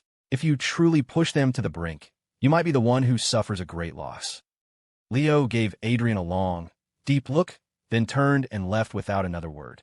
Adrian watched him go and shook his head lightly. It seemed Leo was still very wary of the new century. Then, he too began to walk away, his steps slow and measured. One by one, the various factions began to disperse, leaving behind the wreckage of the main cartel's compound. Jasper Kane looked around at the desolation, an endless sense of bleakness washing over him. He couldn't even be bothered to order repairs. What was the point? Leo was coming back tomorrow. Was he supposed to rebuild it just so Leo could tear it down again? "Help me inside," Jasper said, leaning on the medic as he slowly made his way into the house. He had too many questions for Leland Vance. Meanwhile, the other factions weren't idle. The events of tonight were enough to keep them awake all night. The more timid among them were already packing their bags, ready to flee Viridian by the first train out. A few more nights like this, and even if Viridian didn't explode, their hearts would give out from the stress. They couldn't play this game, so why not run? The world was a big place. They didn't have to stay in Viridian. What was one city over another for a wanderer? Of course, this was a minority view. Another group was determined to find out more about the new century. They began to tail Adrian quietly, hoping to uncover some useful clues. But without exception, every one of them died silently, a fact that only deepened the other faction's fear of the new century. "Hey, Kane, what's the situation over there?" Leo was heading toward Ethan's rendezvous point, talking on the phone to get an update on the battle in the suburbs. He had sent Kane and Silas to the Chow Dominion, so they had naturally joined the fight. Soon, Kane's voice came through the line, punctuated by the faint sound of gunfire. "The NYC coalition is tougher than we expected, but the Chow Dominion and the Umbra are pulling their weight. We should be able to take them down soon." Hearing this, Leo's expression didn't brighten. Instead, his brow furrowed slightly as he recalled Adrian's words. Kane called off. "Tell the Chow Dominion and the Umbra to pull back." "What? We have the advantage, and you want us to retreat?" "Just trust me. There will be other opportunities, but I have a bad feeling about this." "All right, but I can't guarantee the Chow and Umbra people will listen to me." "That's fine. If they don't listen, let them fight. You and Silas just get out of there." "Got it." After hanging up, Kane slung his sniper rifle over his shoulder, stood up, and pulled out his walkie-talkie. 7, Dragon 3, were pulling out. The leader of the Chow forces for this operation was Hu Chi, also known as 7, while the Umbras was Dragon 3. "Pull out? Are you kidding me?" 7's voice crackled back, confused. "We're about to break their defensive line, and you want us to retreat now?" "Orders from Leo. Retreat or don't. It's your call," Kane said bluntly. With that, he grabbed his rifle, called Silas over, and was the first to leave. Dragon 3 didn't hesitate either and began to withdraw. Seeing this, 7, however reluctant he was, had no choice but to follow suit. On the other side, Leo had already regrouped with Ethan and the main force. "Leo, are you really going back to attack the main cartel tomorrow?" Ethan asked, looking puzzled. Attacking once or twice was one thing, but a third time seemed far too risky. "Heh, attack my ass. Tomorrow, we're standing them up," Leo said dismissively. "Ever hear the story of the wolf who didn't come?" "Don't you mean the boy who cried wolf?" Leo ignored him and continued his story. "Once upon a time, on the plains, there was a flock of sheep. Every night, a big bad wolf would come and eat one, and he'd always say he'd be back the next night to eat another. Then one night, the wolf didn't come, but the sheep were still terrified, not knowing when he might show up. Over time, the sheep developed heart problems from stress. The wolf never came back, but they scared themselves to death anyway." Finished, Leo threw his hands up and said flatly, "And that's the story of the wolf who didn't come." The entire group, including Ethan, stared at him, their faces blank and speechless. "What the hell kind of story is that? That is definitely not the version we heard as kids." "Leo, we've pulled back with the Chow and Umbra forces." Receiving Kane's message, Leo nodded slightly. It was good that they had listened. If they hadn't retreated, there would be no reason to continue working with them. Of course, that only applied to the Chow Dominion. The Umbra was his future mother-in-law's faction, so he had to show them some respect. "You guys head back to base. We're on our way. As for the Chow and Umbra people, tell them to go home and wait for my signal." After hanging up, Leo exchanged a look with Ethan and nodded. Tonight's chaos had gone far enough. Now, all they had to do was go back and get a good night's sleep. They could leave the headaches to the leaders of the other factions. Everyone else had already left. Marco got behind the wheel, driving Leo and Ethan back toward their base. "Hey, Ethan, what are you doing?" Leo asked from the back seat, glancing at his friend. "Who are you texting?" "None of your business," Ethan replied without looking up. "You little punk. You're not secretly texting Melina Thorne behind Lucia Sean's back, are you?" "Screw you." Ethan couldn't hold back anymore and flipped Leo the bird. The issue with Melina had been resolved long ago. Their relationship was now completely platonic. Besides, they're both working at the BSO now and getting along just fine. Ethan shot Leo a disdainful look. "I'm not like you. I'm not a player. You, on the other hand." Hey, why are you making personal attacks?" Leo protested. "I am completely devoted to my Ava. If you keep slandering me like this, I'm going to have to report you." "Fine, go ahead and report me," Ethan said dismissively. "Don't forget you're a wanted man. Where are you going to report me from, fugitive? Your reputation is garbage right now, Leo. You obviously haven't been listening to the talk on the street. Tisk, in that case, maybe I should stay away from you, so they don't put a warrant out for me too. I'm a model student representative at Westlake University. I can't end up a wanted criminal like you." Hearing this, Leo's expression instantly turned wounded. He raised a trembling hand, pointed at Ethan, bit his lip, and said slowly, "Ethan, you've changed. You never used to treat me like this. Have you forgotten all the good times we shared? Back in high school, you took me to a hotel in the middle of the night, and you did those things to me." In the front seat, Marco, who was driving, widened his eyes. His mouth fell slightly open as he kept glancing at the rearview mirror. His mind was reeling from Leo's words. Is this something I should be hearing? Are they going to kill me to silence me? Should I tell the young miss about this? "Mr. Leo and Mr. See, I used to." "Are you out of your mind, Leo?" Ethan shouted, cutting him off. "That was a land cafe, and you were the one who begged me to take you. I paid for it. You played Yasuo and went 0-8. The team was winning until you single-handedly threw the game. Do I not have a right to flame you for that? And that's not even the worst part. I figured you were just bad, so I suggested we play TFT instead. But no, you goddamn degenerate had to force a high-roll comp, got 8th place, and then you had the nerve to secretly steal my units from the carousel. You are not a human being." The memory made Ethan's emotions surge. He hadn't gotten this worked up even when he was fighting in Westlake City. Up front, Marco let out a quiet sigh of relief. Looks like he'd misunderstood. But based on what he was hearing, Mr. Leo had been a menace even back in high school. So it wasn't a case of him being a bad influence on others. Leo was just born bad. It just wasn't as obvious back then. "Ethan, you're being a little unfair," Leo said defensively. "Didn't I buy you a breakfast burrito the next morning to apologize? You have a nerve to bring that up? To this day, I suspect you drugged it. My stomach was killing me during the exam that afternoon. Don't blame me for your own weakness. I ate the same breakfast burrito as you, and I was fine. Whatever. There isn't a single clean spot in your heart. Staying away from you is the right call." Leo just scoffed, turned his head, and stared out the window with an air of indifference. Marco watched the two of them in the rearview mirror and found it slightly amusing. Even though they argued constantly and seemed to despise each other, everyone knew how close Leo and Ethan really were. Ethan might talk a big game about disliking Leo, but one phone call was all it took for him to bring his forces all the way from Westlake City without a second's hesitation. He was obviously worried about Leo's safety, but was too proud to admit it, claiming he was just bored because the school was under construction. A couple of stubborn idiots. Marco muttered to himself. He would never dare say that out loud. If he did, he'd probably get beaten to a pulp by both of them. "Marco. Y. Leo's sudden voice startled Marco out of his thoughts. What is it, Mr. Lau?" "Viridian High is just ahead. Pull over there for a minute. I need to run in and grab something." "Oh, okay." Marco nodded and eased his foot off the gas, slowing the car down. Leo gazed out the window at Viridian High. He had just remembered the $300,000 he'd left in the safe in his office. Since he'd already abandoned his Leo Augustine identity, leaving the money there wasn't a good idea. He might as well grab it. It was a shame Bianca was dead. He probably could have scammed a little more money out of her. Wait a second. An idea sparked in Leo's mind. He turned his head and looked at Ethan. "Hey, Ethan. What? You wiped out the Black Dragon Crew's headquarters, right?" "Duh.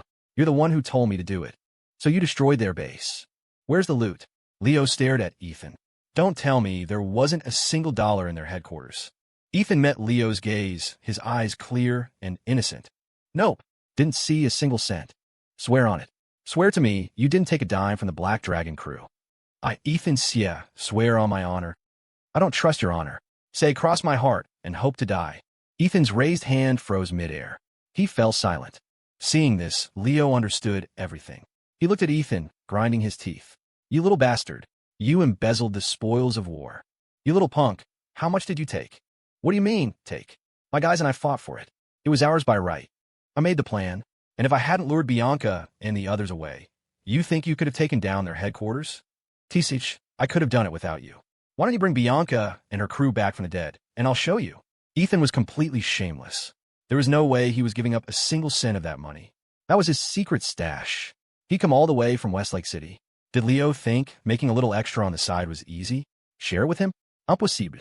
Absolutely impossible. He'd rather donate it to charity than give to Leo. Mr. Leo, we're here, Marco said, stopping the car smoothly. Leo glanced at Marco, and a sly idea popped into his head. Ethan, get out of the car. We need to talk. Can't we talk in a car? It's important. It concerns the future happiness of both of us. Ethan gave Leo a suspicious look, but, after a moment's hesitation, got out of the car with him. He wanted to see what this guy was up to. Marco stayed in the car, dutifully resting his head on the steering wheel, looking as innocent as possible. He didn't dare listen anymore. If he heard any more secrets, he was genuinely afraid Leo and Ethan would kill him. Outside, Leo had already dragged Ethan to a corner. After checking to make sure no one was around, he whispered, Ethan, be honest with me. You have a secret stash of money, don't you? Ethan glanced down at him condescendingly and said nothing. Did he really think he would admit to something like that? Seeing his silence, Leo laid his cards on the table. I'll be straight with you. I got 300 grand stashed away, but I can't find a good place to hide it. If you have a stash, how about I put my 300 grand with yours? We can think of it as our little joint fund. What do you say? Hearing this, Ethan's expression changed. 300,000? He had wiped out the entire Black Dragon crew headquarters and had only managed to scrape together 500,000. And this punk had quietly stashed away 300 grand without a word.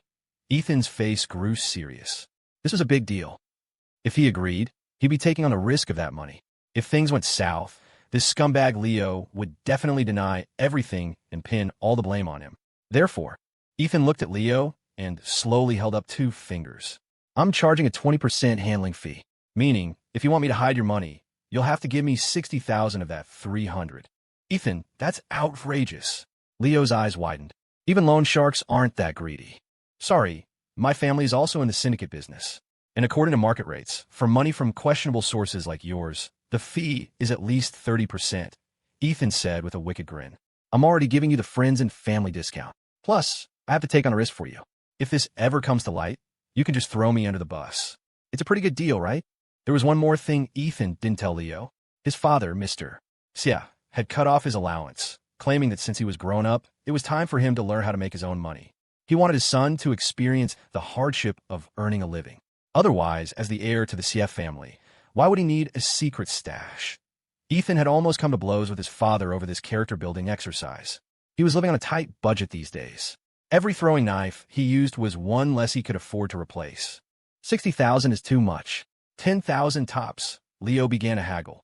50,000. That's my final offer. Let's meet in the middle. 15,000. Are you kidding me? That's not meeting in the middle. Even a marathon runner doesn't take strides that big. 20,000. Take it or leave it. I'll just ask Marco. Deal. Ethan agreed instantly. A quick 20 grand was a good deal. Even better, it was money he was making off of Leo. That made it all the sweeter. Leo glared at Ethan. If only he had a place to hide the money, it wouldn't have come to this. This godforsaken city was so chaotic that not even the banks dared to open. He had no way to deposit the cash. In the current situation, any bank that opened its doors would be robbed clean within 30 minutes. You wait here. I'll go get the money, Leo said. He paused and asked, by the way, where did you hide your stash? I had my family's people take the money out of Viridian and deposit it in a bank account elsewhere. Good idea. But Leo couldn't do that. Ava knew all of his people. If word ever got out, a domestic dispute would be unavoidable. Leo was always cautious. He had to minimize the risk. A few minutes later, having slipped into the school, Leo quietly approached the office door, took out his key, and gently pushed it open. At this hour, Viridian High should be empty. Huh. Leo froze in his tracks. Right in front of him, a figure was slowly rising from a reclining chair, rubbing sleep from his eyes. He had apparently been woken by the sound of the key in the lock. The man yawned, looked at Leo, standing in the doorway, and chuckled. You finally came. Now, I was starting to think you didn't want this 300 grand anymore. Hearing the man say his name, Leo's guard went up instantly. He frowned. You knew I would come. Based on your movements, I figured there was a high probability you'd pass through here, the man said, standing up and stretching. Plus, I heard you left $300,000 here and hadn't collected it yet. I thought, with your personality, you'd never abandon that much money, so I decided to wait for you. I was about to give up on you. You were making me sleepy.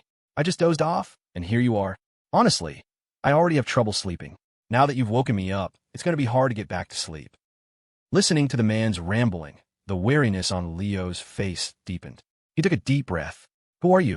The man paused, blinking. Oh, right. I forgot. This should be our first time meeting. He walked over to Leo, extended a hand, and smiled. A pleasure to meet you. My name is Sterling. My name is Sterling. Sterling held out his hand. I believe you've heard of me. Leo didn't shake his hand. His wary gaze remained fixed on the man before him. What Sterling had just said revealed a great deal. First, he knew about the $300,000 and was able to track Leo's movements. This meant that everything Leo had done since arriving in Viridian had likely been observed. Their base of operations was probably compromised. Second, Sterling was able to deduce that he would come back for the money based on his movements. This meant Sterling was a strategist, a schemer, and Leo hated dealing with schemers, especially guys like Julian Reed, with his constant creepy smiles, who just screamed untrustworthiness. Seeing Leo's in action, Sterling awkwardly withdrew his hand. You seem to hold some hostility toward me, Sterling said, narrowing his eyes in puzzlement. Why is that? This is our first time meeting, isn't it? Why would you be hostile? From what Lucia and Anthony Reed have told me, you should have a close relationship with the BSO, and you should know my position within it. So, I could understand if you were indifferent to me, but what I see in your eyes is clear hostility. Sterling continued speaking to himself, studying Leo with keen interest, as if he discovered something utterly unexpected. A small smirk played on Leo's lips. It seems you're not so omniscient after all. Of course not. No one in this world is omniscient, Sterling replied. Oh, Leo raised an eyebrow. That's funny. Just a few hours ago, a guy named Adrian told me his faction knows all and sees all. They were bluffing, Sterling said with a wave of his hand before turning and returning to his reclining chair. He settled back, and the chair began to rock gently, creaking softly. Leo, I don't know why you're hostile toward me, but it's not necessarily a bad thing. Leo's brow furrowed. What do you mean by that? Sterling looked up at him and chuckled softly, not answering the question. Your $300,000 is still in the safe. Untouched. Don't worry, there are no traps. I only waited for you here because I wanted to meet you. Leo looked at Sterling suspiciously. This man was strange, unpredictable. From his behavior, Leo couldn't tell if he was friend or foe. However, $300,000 was definitely a friend. That much was certain. Thinking this, Leo didn't hold back. He walked straight to the safe and opened it with his key. A large black bag filled with $300,000 sat inside. Leo opened it and checked. Willishaw's $20 bill was there too, tucked safely inside. It really hadn't been touched. You didn't put a tracker or a bomb in here, did you? Leo asked, looking back at Sterling in the reclining chair. Sterling's eyes were closed. If I had, would you leave the money behind? He asked softly. Leo didn't answer, instead focusing on meticulously inspecting the bag. Hearing the rustling sounds, Sterling sighed. Stop looking. There's none of that nonsense in there. He was disturbing his nap. Leo continued to ignore him. He wouldn't believe a single word Sterling said. After a thorough check, Leo confirmed there was nothing suspicious and slung the bag over his shoulder, heading for the door. Now, as he reached the doorway, Sterling's eyes suddenly opened, and he called out to him. Leo turned, looking at Sterling without a word. Have you ever been to New York City? Sterling asked. No. Leo shook his head. Then in your eyes, what do you imagine NYC is like? The most prosperous city in the country, a gathering place for all the major families and syndicates, with the best economy and resources. The concrete jungle where everyone wants to make a name for themselves, Leo said with a shrug. That's more or less what I've heard. And do you think such a place, such an existence, is reasonable? What do I care if it's reasonable? Leo retorted. I'm from Ethelberg, a world away from NYC. What happens there has nothing to do with me. He paused. Sterling, what are you really trying to ask? But Sterling just sighed and slowly shook his head. Nothing. You can go. Without having seen the real New York, any further discussion would be pointless. Leo gave Sterling one last deep look, then turned and left without another word. Hey, close the door. Sterling called after him. You got hands and feet, close it yourself. Leo's voice faded into the distance. That little bastard, Sterling cursed under his breath, shaking his head. He wouldn't stoop to the level of such a rude brat. He could see now that Leo was just using this childish behavior as a petty form of revenge. Still lacks some maturity. Whatever. I can sleep with the door open. With that, Sterling closed his eyes, and his breathing slowly evened out. But as he did, the office door was silently pushed shut. Click! The sound of the door closing made Sterling's eyes snap open again, his brow furrowed. Who now? Can't a guy get some sleep around here? Getting up again, Sterling rubbed his eyes and looked at the figure standing before him. Long time no see, Sterling. Hearing his name, Sterling frowned, trying to place the man in front of him. Who was it again? Sterling scratched his head, searching his memory.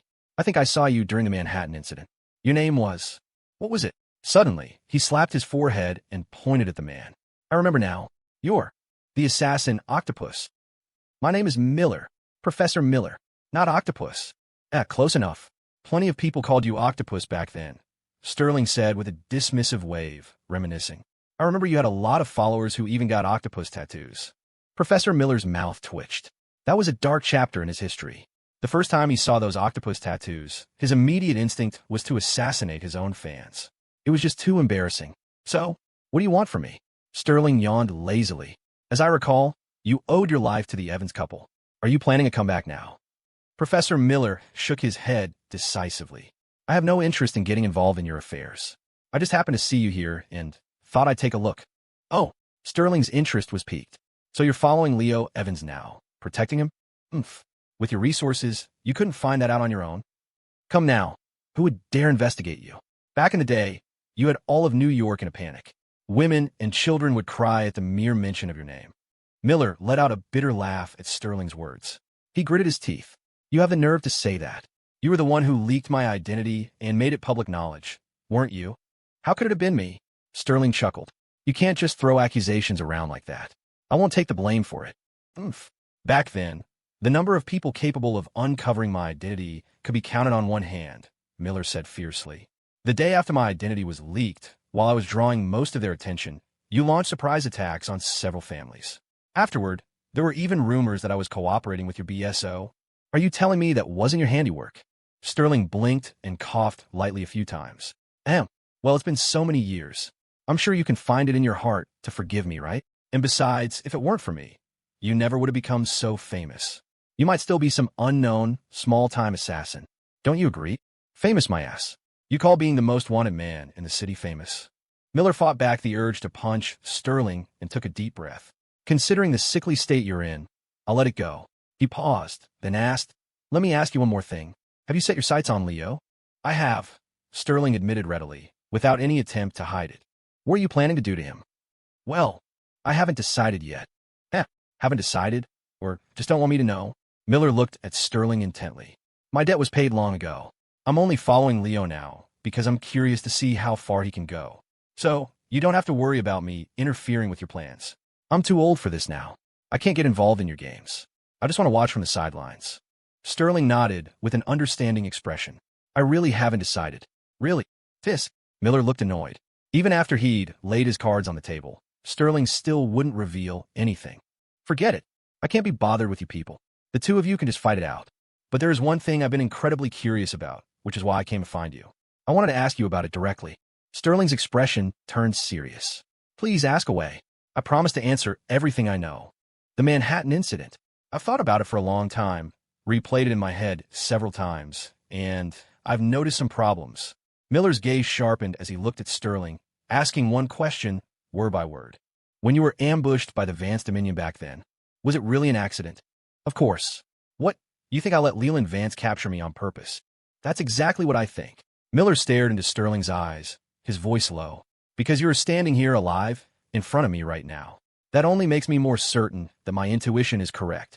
Sterling, you let the Vance Dominion capture you on purpose back then, didn't you? Well, let me be even bolder. Did you have a deal with Leland Vance back then? Sterling didn't answer. He fell into a deep silence. Miller waited quietly. He knew the theory was outrageous, But if it were true, then Sterling was truly terrifying. To have entered the game himself from the very beginning of the Manhattan incident, even spending all those years in a coma. If Miller's theory was correct, it would mean that Sterling had arranged everything that would happen after he fell into the coma. Even Dr. Marx's gene serum was part of his plan. Thinking back now, when Donovan Vance had called for reinforcements from Westlake City, it had split the Vance Dominion's forces.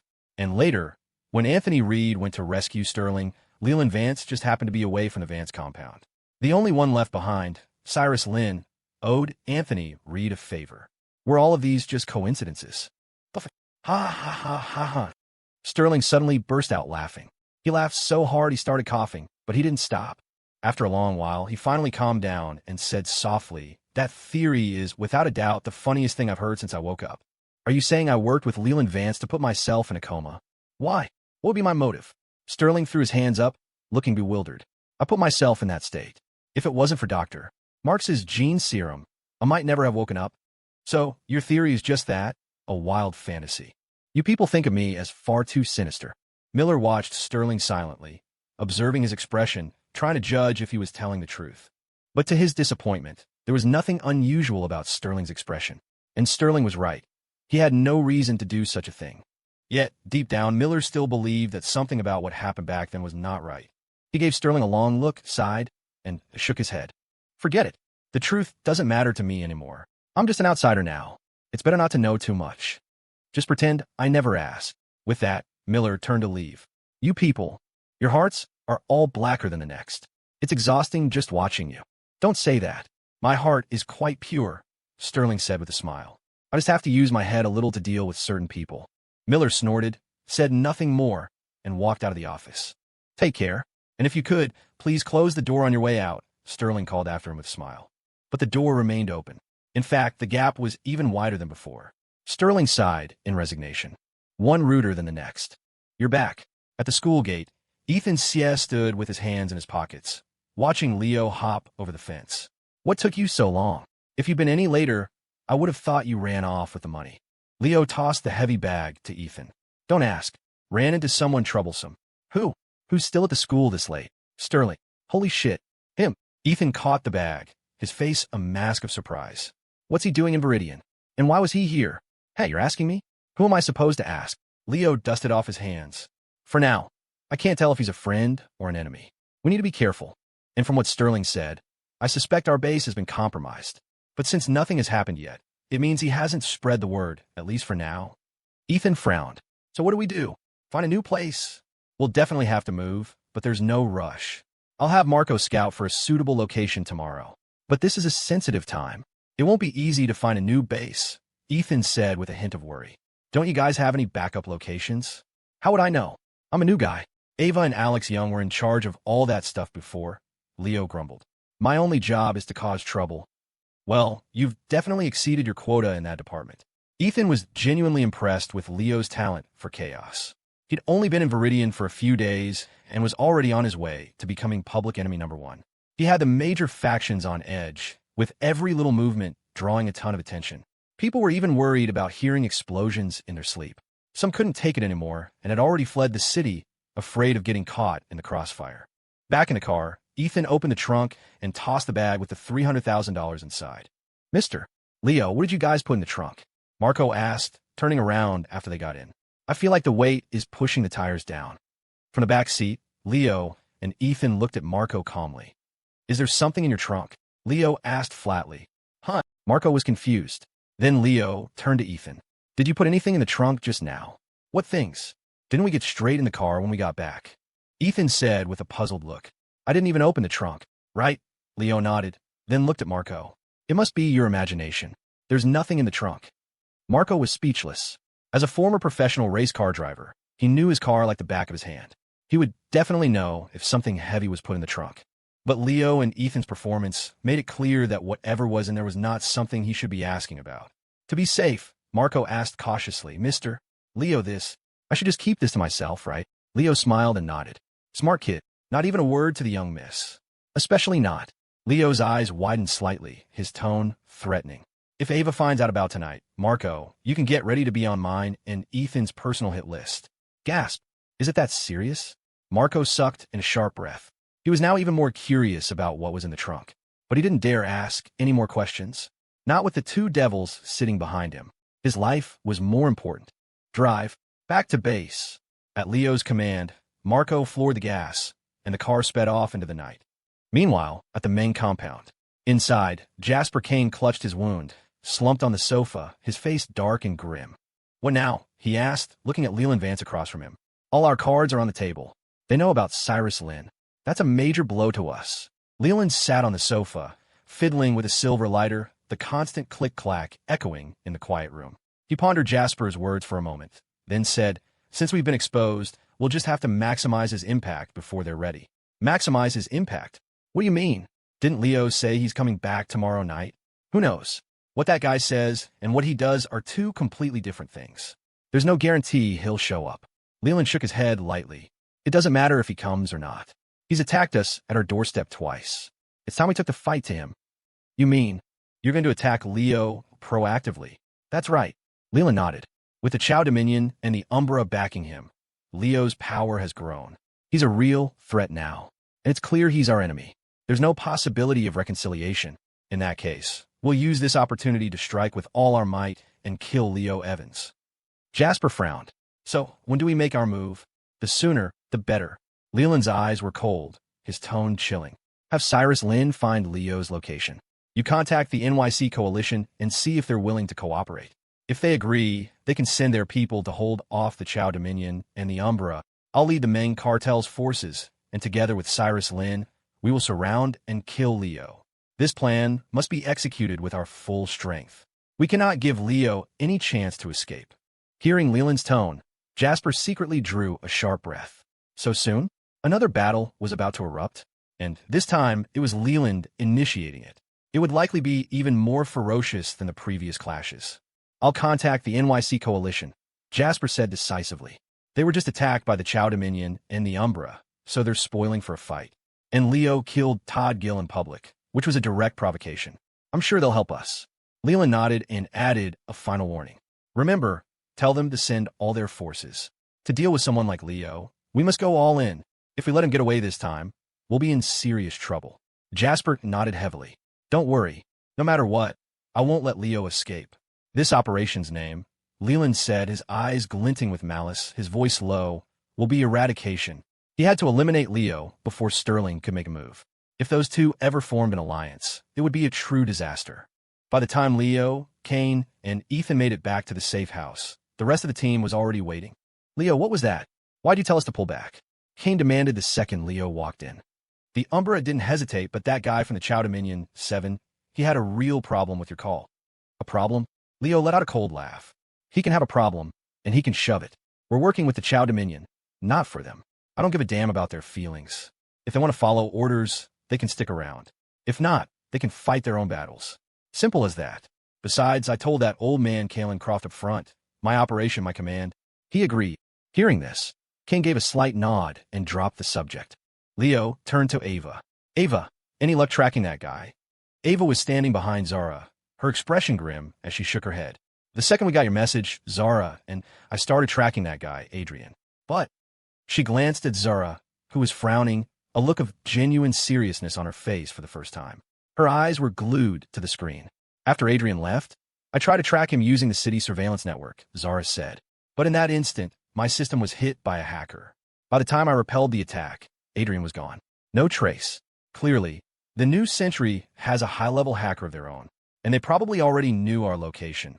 Otherwise, the attack couldn't have been so precise." Leo's brow furrowed. "You're saying the New Century has known where our base is this whole time?"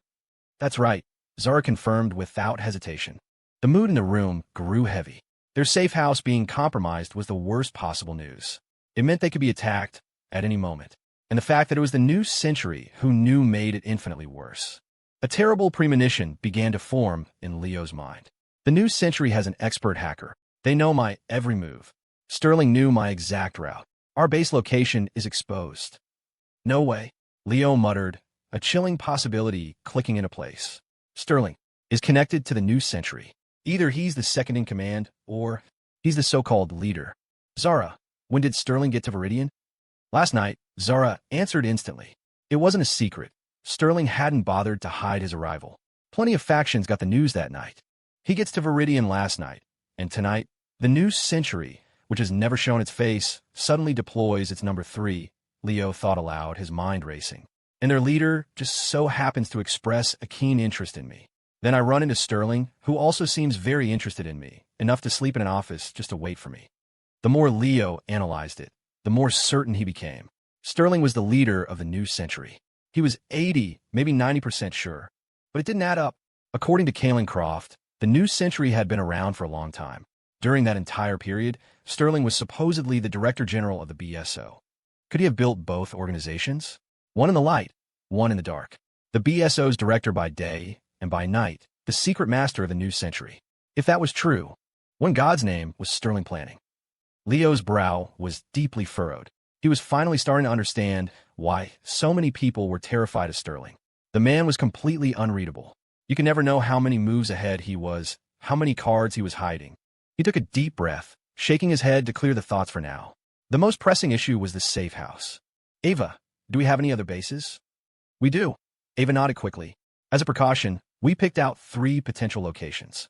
I can't be sure if the other 2 are compromised, but they're definitely safer than this place. Then let's go, Leo said, making an instant decision. No rest. We move out tonight. The list of people in Viridian who wanted Leo dead was growing by the hour. If their location was truly exposed, the consequences were unthinkable. Someone would be kicking down their door within 30 minutes.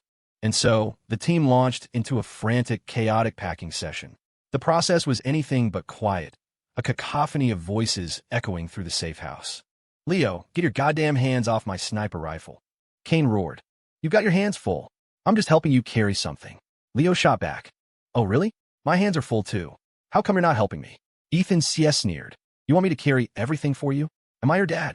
Leo retorted. Leo, can you help me with my luggage? I can't move this last suitcase. Ava called from her room. Hey, is anyone hungry? Maybe I can make some breakfast burritos. Silas offered, having no luggage of his own. Willishaw, would you care to explain why there's a handgun in your backpack? Dylan demanded in a hushed shout. I'm a high school student. What's not normal about having a gun in my backpack? Willa replied coolly, her hands in her pockets. I don't see a problem with it. Marco chimed in, defending Willa. Mr. Leo is a college student, and he walks around with a bag full of C4. How is that the same thing? Dylan was speechless. Look on the bright side, Alex Young added, enjoying the chaos. At least she's only carrying one gun. The real problem would be if she was like Leo, carrying a whole backpack of explosives. Now, put my damn rifle down. Kane's furious shout echoed again. Zara stood by her desk, watching the scene unfold with a massive headache. So loud. It was just a move. How did they manage to turn it into a 3-ring circus? It was complete and utter chaos. Luckily, she didn't have much to pack, just her electronics, which were already boxed up. But seeing the state of things, she knew they wouldn't be done for a while. She pulled out her headphones, put on some music, and tuned out the pandemonium. 2.5 hours later, they pulled up to a large villa in another part of Viridian. This is the new safe house. Leo got out of the car, his mouth hanging open at the sight of the luxurious mansion. Wait, why the hell were we staying in that dump before if we had a place like this? The difference between this villa and that shack is insane. Leo didn't get it. He really didn't get it. Was this what it felt like to suffer for no reason? What do you know? This place is expensive. Besides, the idea was to keep a low profile, Kane said flatly. And the old place had no neighbors, which was better for our operations. Ethan raised an eyebrow. From what I know, a villa of this caliber has to cost a few million, at least. Where'd you get the money? At that, Alex, Kane, and the others all turned their eyes to Ava. She had been the one to buy the place when they first scouted locations. Leo's mouth twitched. He suddenly had a very bad feeling. Ava blinked, stating the obvious. I used the money from my bank card. Which bank card? Leo asked cautiously. The one you deposited the $3 million into, of course, Ava said with a cheerful smile. My brother said that money was meant for me anyway. He just passed it to me through you. Julian Reed, you son of a bitch. I will never forgive you for this. Leo's fists clenched. So that's why Julian had been so quick to hand over the $3 million. It was Reed family money intended for Ava all along. It had just warmed Leo's pocket for a little while. No, it hadn't even had time to get warm.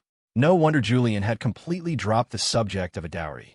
He'd been digging this pitfall the whole time. I see. Well, Leo, don't mind if we do. Thanks for footing the bill. Ethan said, a brilliant smile on his face. He clapped Leo on the shoulder and happily started moving his things inside. The others all thanked Leo too, though their words were tinged with a clear sense of schadenfreude. Leo was so angry he could feel his teeth grinding. He desperately wanted to pull out a grenade and blow the whole smug lot of them to kingdom come. Seeing his expression, Ava waited until the others were busy moving inside, then slipped her arm through his, whispering placatingly, "Oh, don't be angry. Look on the bright side. Think of it as us buying a home here in Viridian. We can come and stay whenever we have time. Besides," she added, "I put both of our names on the deed." Her words instantly soothed Leo's anger. She had a point. If worst came to worst, he could just sell the villa later. Yeah, he'd sell it to that old bastard Kalen Croft. His family was loaded. Or, if that failed, he could just kidnap Corbin and Reyna again and force the old man to buy it. No sale, no kids. The thought immediately lifted his spirits. Ava saw his mood change and knew he'd been won over. Leo was surprisingly easy to manage sometimes, completely defenseless against Ava's sweet-talking charm. After moving in, Zara was the first to set up her equipment, scanning the area for any signs of surveillance. Her failure to track Adrian had been a significant blow to her pride, and she was still simmering over it, her expression far more serious than usual. As for the others, they were exhausted. They found their own rooms and collapsed in a bed. They were only human, their bodies not freakishly resilient like Leo's, who was still bouncing off the walls. Between the massive fight and the move, it was now 2:30 in the morning. Everyone but Leo had dark circles under their eyes and couldn't stop yawning. A multi-million-dollar villa was something else. Everyone got their own large room, and there was still plenty to spare, unlike the old place where 2 or 3 people had to cram into a single room with no air conditioning. And Leo, with absolutely no shame, followed Ava into her room. Ava had intended to kick him out. This wasn't their apartment back home. The whole villa was full of their friends. It was embarrassing, but she was so tired she didn't have the energy to fight him off. She simply let him wrap his arms around her as she drifted off to sleep, too exhausted to even resist. The next morning, Ava woke up in a haze. She opened her eyes and was surprised to find Leo uncharacteristically still beside her. She lifted her head slightly, her beautiful eyes gazing at his face, feeling the steady rhythm of his breathing. I've never seen him sleep this soundly. Ava blinked. Usually, Leo would have been awake long before her. He never seemed to need much sleep. But now, even after she was awake, he was still out. He must have been so tired. A pang of sympathy went through her. Ever since they'd arrived in Viridian, Leo had been fighting almost every day, locked in a battle of wits with a bunch of old foxes. He might act carefree on the surface, but when no one was looking, he was carrying more on his shoulders than anyone. Leo was no longer the simple contractor he used to be. Before, all he had to worry about was completing Director Jensen's missions and achieving his own goals. But now it was different. He had his own crew, his own team. The things he had to consider were far more numerous, far more complex. Though he was still young and looked it, in the eyes of the outside world, he was already the leader of a major power. A figure so significant that Leland Vance was willing to go to extraordinary lengths just to eliminate him. Ava reached out, gently brushing a strand of hair from his forehead. She held him close and whispered, "No matter what, I'll always be by your side." Knock, knock, knock. A knock on the door, followed by Marco's voice. "Young miss, is Mr. Leo in there with you? I can't find him anywhere." Ava's face flushed red. She looked at Leo, who was inches away, and had no idea how to answer. The knocking had woken Leo. He opened his eyes slightly and glanced at the door. "I'm here," he said flatly. Ava's cheeks burned. She buried her face in his chest, too embarrassed to speak. "Mr. Leo, Dragon 3 from the Umbra is trying to contact us. He wants to set up a meeting with you." "Got it. I'll be out in a minute," Leo replied. He stroked Ava's hair gently. "Shy," he teased. "No," she mumbled into his chest. Leo chuckled softly and said nothing, simply holding her. His eyes were filled with affection. At that moment, he made a decision. When this business in Viridian is over, I'm going to find a time to propose to Ava. He didn't want to wait any longer. He just wanted to marry the girl in his arms and go back to a quiet, normal life. At Viridian High, in Sterling's office, sunlight streamed through the open door, falling directly on his Sterling's face, bringing a hint of warmth to the winter day. It was a good thing Viridian winters were mild, or he would have frozen solid last night. Sterling let out a soft groan and slowly opened his eyes. A young man was sitting on the sofa not far away. It seemed he'd been there for a while, waiting quietly so as not to disturb Sterling's sleep. "You're awake?" Adrian smiled faintly. "I thought you might sleep a little longer." Sterling glanced at him, then stood up and stretched, a hint of weariness in his movements. He walked slowly to the doorway, spread his arms, and bathed in the warmth of the sun. "It's been a long time since I've felt such a comfortable sun," Sterling remarked with a sigh. Adrian stood behind him and nodded. "Indeed, it's almost always overcast here in Viridian. The sun is a rare sight." Sterling's eyes narrowed slightly. With his back to Adrian, he asked, "Adrian, you saw that young man, Leo, yesterday. What did you think of him?" "Bold, brave, and cunning." Adrian paused, then added, "And I can't read him. His actions have no pattern. He seems to do whatever he wants, whenever he wants, with no thought for the consequences. In my opinion, he's still young, a bit reckless. He shouldn't be a major concern." Hearing Adrian's assessment, Sterling suddenly laughed and shook his head. "That's your evaluation of Leo, Evans." "It is," Adrian replied, his tone respectful but firm. Sterling didn't say anything more on the subject. Instead, he asked, "Why did you come looking for me?" "News just came in. Leland Vance is making moves, asking around for Leo's whereabouts," Adrian said, his face impassive. "And Jasper Kane is contacting the NYC coalition. It seems they're planning to cooperate. I suspect they're preparing to move against Leo." "Leland Vance certainly works fast," Sterling said, a smile in his eyes. "It seems everything is proceeding according to our plan." Adrian nodded. "The only problem is Leo seems to have realized his hiding place was compromised. They moved out last night." At this, Sterling's eyebrows raised slightly. "That was unexpected. Was it because of him? Was the kid that sharp? Can you find a new location?" Sterling asked. Adrian shook his head. "Time is limited. I can only narrow it down to a general area. To pinpoint their exact location would take at least 2 days of careful searching." Sterling thought for a moment, then made his decision. "No matter. Leak Leo's general location to Leland Vance. Be careful he doesn't suspect anything. Also, get everyone ready. It's time for us to make our move as well." Adrian didn't hesitate. "Yes, I'll see to it at once." After Adrian left, Sterling looked up at the piercing sun in the sky and slowly closed his eyes, murmuring to himself, "Leo Evans, have you ever experienced loss? This species of ours, humans. We must lose something before we can truly understand. Time is running out. Let me see if you truly have what it takes." Meanwhile, on a street somewhere in Viridian, "Hey, 1 candied apple, please." "The strawberry one," Leo said, standing at a street vendor's cart on his way to the meeting. Since Viridian didn't have any Inferno burrito trucks, a candied apple would have to do. You couldn't get these back in Ethelberg. Seeing one was a rare treat. He had to try it. "You got it. Strawberries $10, the vendor said warmly, pulling out a candied apple, wrapping it in wax paper, and handing it to Leo. Leo took the apple and was about to pull out his money when he felt a tug on his sleeve. He looked down.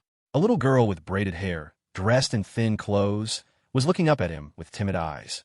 "And mister, can you buy me a candied apple?" The little girl was clearly cold. Her small body trembled with every gust of wind, but she held tight to Leo's sleeve, her eyes pleading. "I promise, I'll earn the money and pay you back." "Hey, you again?" The vendor saw the girl and sighed. He said to Leo, "This kid's not new to this. Every day, she says her mom is sick in bed and she wants to get her a treat. But these days, the city is full of scammers. Who knows if some adult put her up to it? Buddy, I'd just ignore her if I were you." Leo listened, quietly watching the little girl as he took a bite of his own strawberry. Not bad. It was actually pretty good. Kid, you just walk up and ask." Leo said mockingly, still chewing. "You can't even afford a proper coat. How are you going to earn money to pay me back?" The little girl's face filled with fear, and her grip on his sleeve loosened. Her eyes turned red as she fought back tears, her voice choked. Sorry." Slap. Leo pulled the $20 bill Willa had given him from his pocket and slapped it on the counter. "Boss, another strawberry one." The vendor took the money and handed another candied apple to Leo. Leo took it, then knelt to the little girl's level. "What's your name?" The little girl sniffled. "And my mom calls me Hope." "Hope." A small smile touched Leo's lips. "Good name. How old are you?" "T10." Leo nodded. He took her hand and placed the candied apple in it. "You're this cute. Why do you need to borrow money for a candied apple? Just think of this as a treat for me, big brother." Leo smiled and patted her head. "If I were you," he said softly, "I'd use this pathetic little face of yours to scam my way across the city, eating and drinking for free every day." Hope blushed, holding the apple, a flicker of hesitation on her face. But my mom says it's bad to lie." "It's fine. You're cute enough that people will be happy to be scammed by you, Leo murmured, a strange light in his eyes. In this world, especially here in Viridian, people with principles pay a price. And it's even harder to be a good person with principles. Hope looked at him, utterly confused. Did I do something wrong? No, you did nothing wrong. Leo shook his head, his voice soft. It's not you that's wrong. It's the world. The world is wrong. Hope whispered, not understanding what he meant. All she knew was that the man in front of her was a good person. He was the first one who was willing to believe her, the first one to buy her a candied apple. All right, take that home to your mom. You can have some too, Leo said with a smile, ruffling her hair. He added a final piece of advice. Remember, as long as you can survive, it's okay to make a few mistakes. Hope nodded vigorously. I'll remember. Thank you, mister. With that, she clutched the apple and ran off. You're a real softy, buddy, the vendor said suddenly. To be honest, we all feel sorry for the kid. We want to believe her, but we just can't afford to. A guy like me can barely take care of himself. How am I supposed to worry about anyone else? Just staying alive in this world takes everything we've got. We don't have the luxury of being bleeding hearts. Leo listened and nodded slightly, saying nothing. He walked away, quietly finishing his own candied apple as he moved down the street. The street was alive with the calls of various vendors. They probably didn't have much education or any special skills. They might be alone, with no one to rely on, or they might be the sole providers for their families, supporting elderly parents and raising their own children. The noise, the sales pitches, the laughter, all the sounds of ordinary people doing their absolute best to survive in this world washed over Leo. And this was just one street in Viridian. There were countless more just like it. And across the world, there were countless people just like these. Looking at the wooden stick in his hand, the apple now gone, Leo suddenly felt a bitter sense of absurdity. He had always thought that if he or Jasper Kane ended up destroying Viridian, it wouldn't be a big deal. In the eyes of the syndicates, life and death were just part of the game. He had even been ready to tell Ava and the others to get out so he could stay behind and take everyone down with him. Sure, he had 2 lives. Taking out Leland Vance and his crew in a blaze of glory was a good trade. But they wouldn't be the only ones to die. Leo looked around at the bustling crowds, his grip tightening on the stick. These people only had one life. Destroying Viridian. How unbelievably unfair would that be to them? They had done nothing wrong, yet they were being dragged into this vortex. They could die without ever knowing why. Leo walked on in silence, his thoughts heavy, until he arrived at the Chow Dominion's headquarters. The guards at the gate were clearly expecting him. One started to speak, to let him in, but the words died on his lips. Something's different about Leo today. The guard couldn't quite put his finger on it, but the man in front of him had changed. If the old Leo was a blade with its edge exposed, the Leo of today seemed to have sheathed that edge, projecting a sense of calm. Dragon 3 sent for me, Leo said, his voice level. Please come in, the guard stammered, snapping out of it. The master has been waiting for you. Leo nodded and walked inside, heading toward the familiar meeting room. He didn't knock. He just pushed the door open. Creak. Inside, Julia Reed and Kalen Croft were sitting across from each other on a sofa. Dragon 3 and Hu Chi stood behind them, respectively. At the sound of the door, all 4 pairs of eyes snapped to Leo. Sorry I'm late, Leo said softly. He closed the door behind him, pulled a chair over, and sat down. Julia and Kalen exchanged a look, both raising an eyebrow. What was with this kid? Was he going through some kind of teenage depression?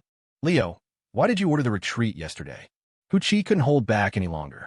Do you have any idea how close we were to breaking the NYC coalition's line? If we had succeeded, taking them down would have been no problem. Leo looked up, his eyes meeting Hu Chi's. I know. So what? Hu Chi bristled at his tone. So we missed our chance. How are we supposed to find another one? We teamed up with you and got nothing out of it. We even lost a few men yesterday. And because you said retreat, all our efforts were for nothing. Don't you think you should take responsibility for that? The atmosphere in the room froze. After a long moment, Leo suddenly laughed. He turned to Kalen Croft. Does he speak for the Chow Dominion? He didn't believe for a second that Hu Chi would dare speak to him like that, in this setting, without Kalen's permission. Clearly, the old man also had some issues with last night's retreat, and was letting Hu Chi voice them. If Kalen himself had confronted him, the meaning would be entirely different. A few wrong words, and their alliance could shatter. Having Hu Chi do it was the perfect choice. It let Kalen express his displeasure without escalating the situation. However, Kalen hadn't expected the young man to see right through it. Does he speak for the Chow Dominion? With one sentence, Leo had thrown all the pressure back onto Kalen. Julia watched with a look of appreciation. This kid's mind was every bit as sharp as Julian's. Ava really knew how to pick them. Kalen looked at Leo and chuckled lightly. Of course, that's not what Hu-Chi meant. Please understand, Leo. Seven here took a beating last night, so he's a bit resentful. We agreed yesterday that all operations would be under your command, so you did nothing wrong. It's just Seven being reckless. He then turned and glared at Hu-Chi. You lose this month's pay. That's your punishment. In the future, don't speak out of turn in meetings like this. Understood. Hu-Chi touched his nose and said in a low voice, understood. Hearing the meaningless punishment, Leo just smiled. He didn't say anything. They were allies, not family. It was only natural for them to have their own opinions. All right, now that Leo's here, let's get down to business, Julia said, crossing her legs. Last night's fight might have looked impressive, but that was only because we had Jasper Kane as a hostage. Without him, we're in a much more vulnerable position. We've become a target for every other faction out there. She directed her last sentence at Kalen Croft. At this juncture, our three-way alliance is all we have. If any one of us backs out, the others will pounce and pick us off one by one. The implication was clear. The three of them were bound together now. Whoever quit first died first. Kalen understood perfectly. I'm aware of that, he said in a low voice. My concern is that they'll take the initiative and come after us. You know what Leland Vance is like. When he strikes, it's with lightning speed and overwhelming force. He's decisive. Your Umbra and Leo's crew can hide, and they'll have to work to find you. But my Chow Dominion is sitting right here out in the open. A note of worry crept into his voice. If they decide to make a move, they'll come for me first. What are you afraid of? That's why I'm here, isn't it? Julius said casually. The Umbra is currently embedded within your territory. Even if they come for you, they can't face both our forces at once. At best, it would be a stalemate. Her words eased a good deal of Kalen's anxiety. Just then, Leo turned to Julia. Julia, any news on the explosive Jasper Kane planted? Julia had told him before that her people were searching for them. She frowned and shook her head. It's strange. Logically, if he really planted explosives, they wouldn't all be in one place. They'd be scattered across Viridian. And the main cartel's high-grade explosives have a very strong scent. Unless they're buried very deep, even animals should be able to smell them. The problem is, we still haven't found a single device. Her words made everyone in the room frown. This was not good news. Could it be that Jasper Kane never planted any explosives? Was he just bluffing? Kalen suggested. Julia gave a cold laugh. Are you willing to bet on that? Kalen slowly closed his mouth, saying nothing more. Who would dare take that bet? If they were wrong, they'd all be blown sky high. If this were a game of TFT, Leo might have taken that high-roll gamble. Judging by Jasper Kane's expression and tone yesterday, whether he has explosives or not, he definitely has a way to take us all down with him, Leo said, recalling the confrontation. Until we figure out what that is, we can't make any rash moves against him. The others shot him strange looks. Can't make any rash moves against him? Wasn't Leo the one who almost killed him yesterday? Leo ignored their stares. What worries me most right now is the New Century. At the mention of that name, everyone's expression turned grim. The New Century's sudden appearance last night had sent shockwaves through the city. Kalen's gaze was deep. Indeed, just from that man Adrian's performance, we can see how formidable the New Century is. And he's only their number 3.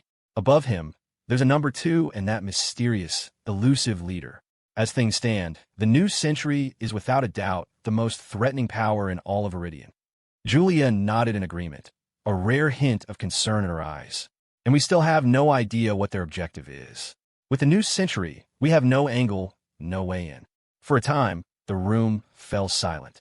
Suddenly, Leo spoke. I have a theory about who the leader of the New Century is.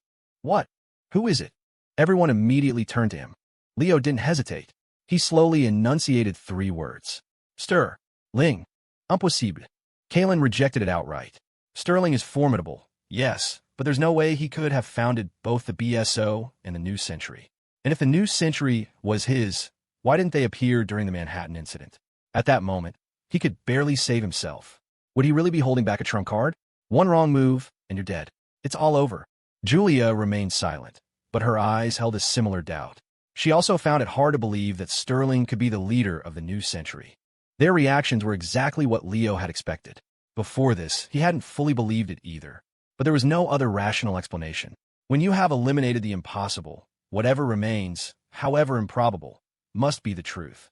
Have you ever considered that the Manhattan incident itself was part of Sterling's plan?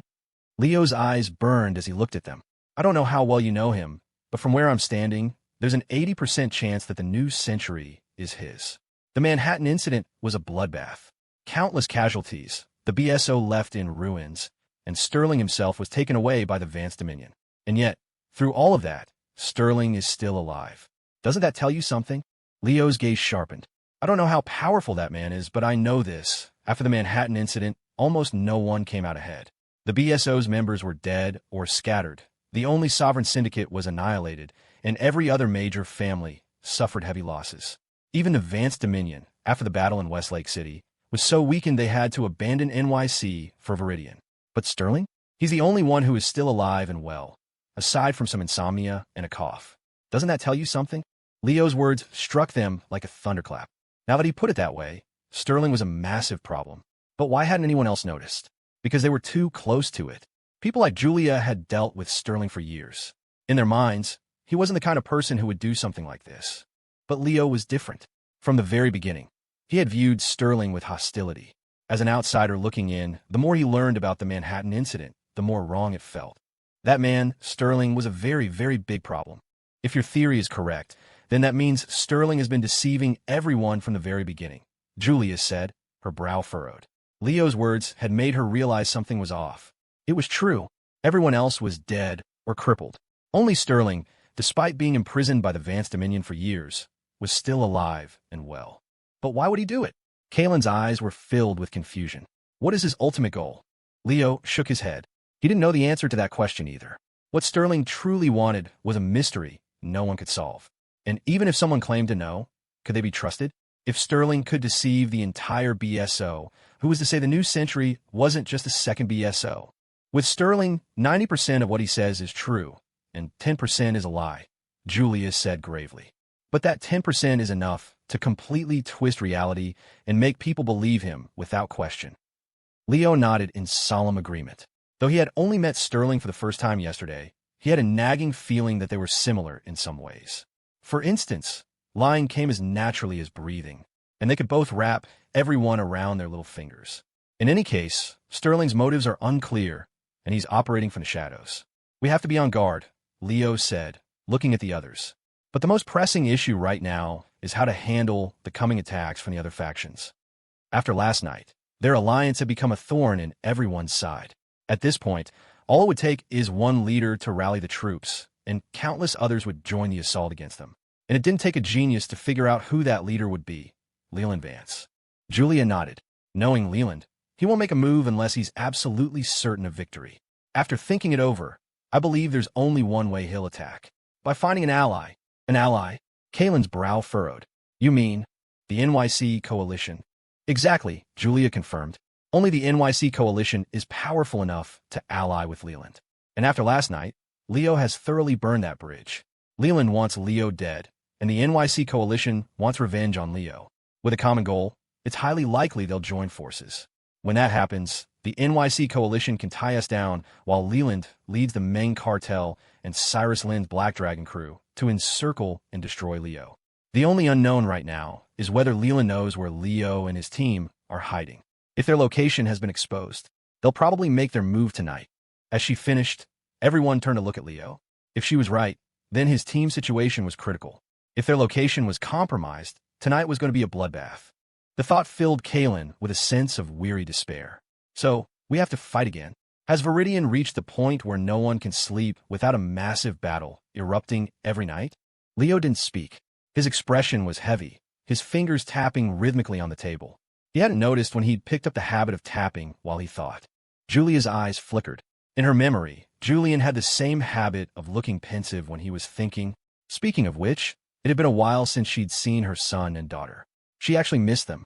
After a long moment, Leo took a deep breath and spoke 3 words. Prepare for battle. Hearing this, Kalen covered his face in agony. He knew it would come to this. I can't be sure if our location is compromised, but we have to plan for the worst-case scenario, Leo said, his sharp gaze sweeping over them. If Leland really makes a move tonight, the ones who come to stall you will most likely be the NYC coalition. Julia's expression grew serious. The main force is concentrated on the outskirts. They can't bring all their strength here on such short notice. But it would be more than enough to simply hold you back, right? Leo asked. Julia and Kalen fell silent, tacitly agreeing. The NYC coalition wasn't a single family. It was an alliance of several major powers from New York. Their combat strength was not to be underestimated. Seeing their silence, Leo stood up. Don't worry. You just prepare for a fight. Leave the rest to me. With that, he turned and walked toward the door. Where are you going? Kalen couldn't help but ask. Leo paused, a slight smile on his lips.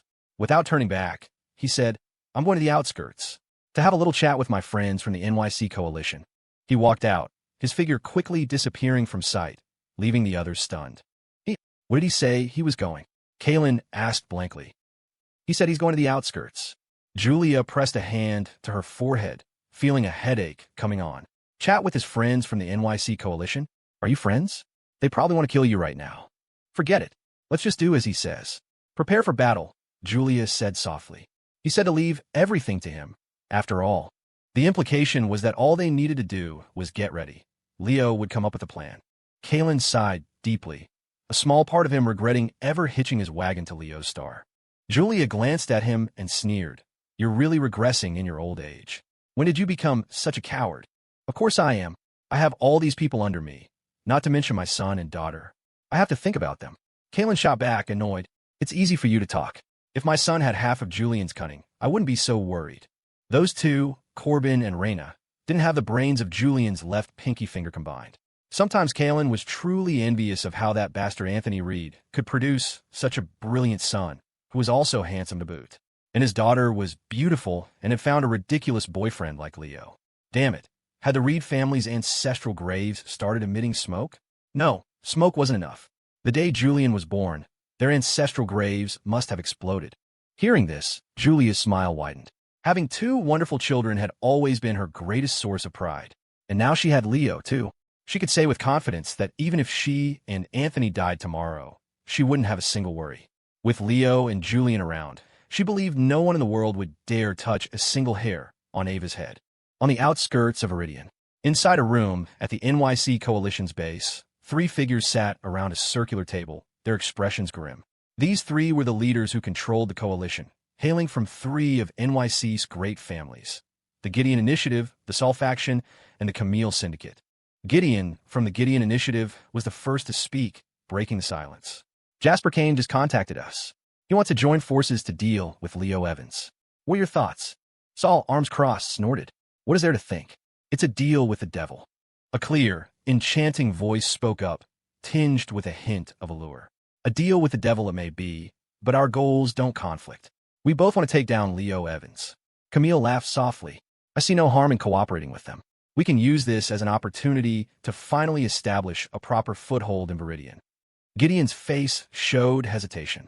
Cooperating with Jasper Kane is one thing, but behind him is Leland Vance. That man is far more dangerous than Jasper. The Black Dragon crew alone is enough to make most people sweat. Who knows how many more organizations like that he has under his command? What if he backstabs us? Camille frowned. So we just sit here and watch? We were humiliated on our own doorstep last night.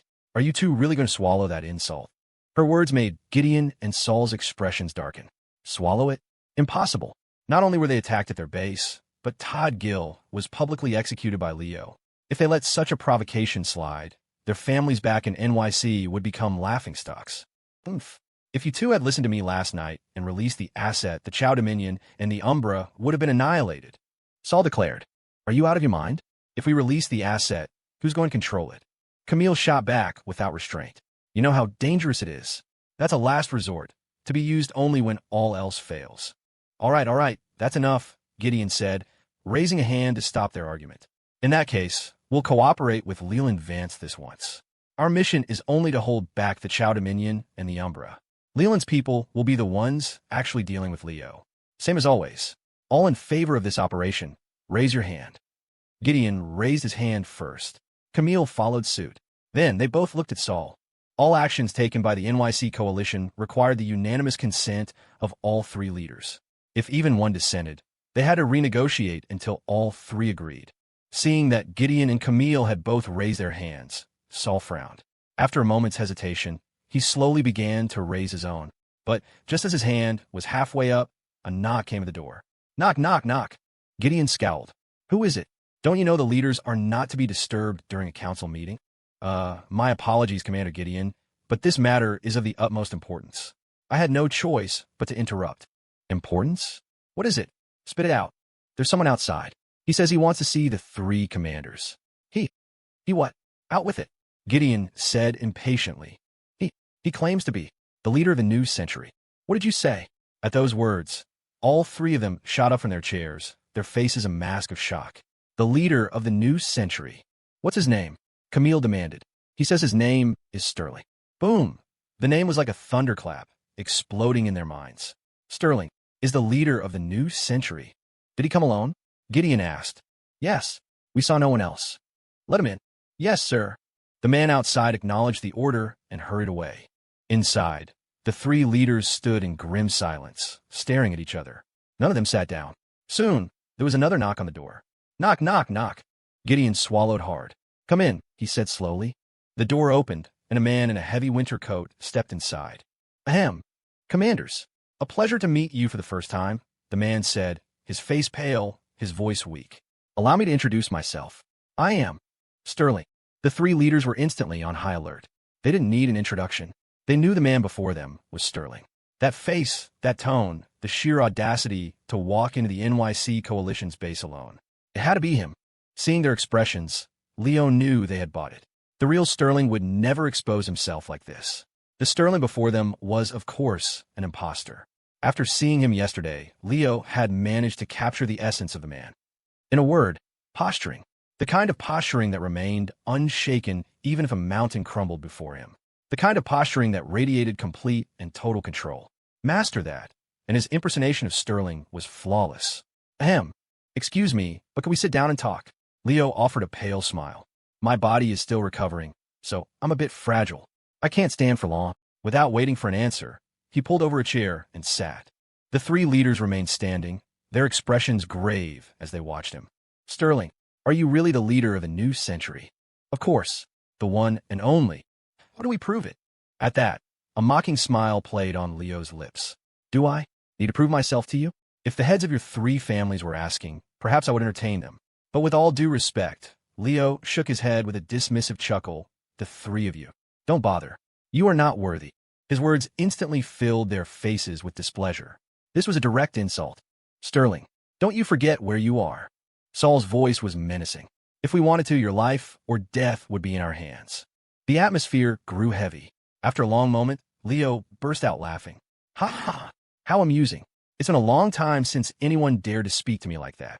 He looked at them, his eyes still smiling, and said slowly, why don't you try to kill me? Let's see who dies first. Me, Sterling, or your entire NYC coalition. Well, want to bet? Well, want to bet? Inside the room, Leo watched the three leaders with a playful expression. If you want to, you can make your move right now. Let's see if you can kill me. Gideon, Saul, and Camille stood frozen in place. They didn't move. For all their tough talk, it was just a bluff. Kill Sterling? The new century would hunt them to the ends of the earth. Besides, if Sterling dared to come here alone, he surely had a contingency plan. One wrong move could bring ruin not just upon them, but upon their families back home. So, they didn't dare to act rashly. Leo took in their reactions, his face impassive, but internally he was ecstatic. This Sterling identity was incredible. He had pushed them this far, and they were still swallowing their pride. Leo was certain that if he had said the same things as himself, the three of them would have attacked before he finished his second sentence. Sterling's reputation was a weapon in itself. Sterling, you must have come to us for another reason, right? Gideon said, his voice low as he met Leo's gaze. If you have something to say, just say it. Stop with the useless trash talk. Hey, I wonder who was just intimidated into silence by that useless trash talk, Leo thought mockingly. Don't be in such a hurry, Leo said with a light laugh, gesturing with his hand. Let's sit down and talk this over. The three leaders watched him warily as they slowly lowered themselves into their chairs. The scene was almost comical to Leo. This was their territory, yet they were more nervous than he was. Once they were seated, Leo began. If I'm not mistaken, you're planning to join forces with Leland Vance tonight to deal with that young man, Leo Evans. Correct. His words made them jump. They had just made that decision. How could Sterling possibly know already? Don't look at me like that, Leo smiled, spreading his hands with an air of mystery. We at the new century know everything.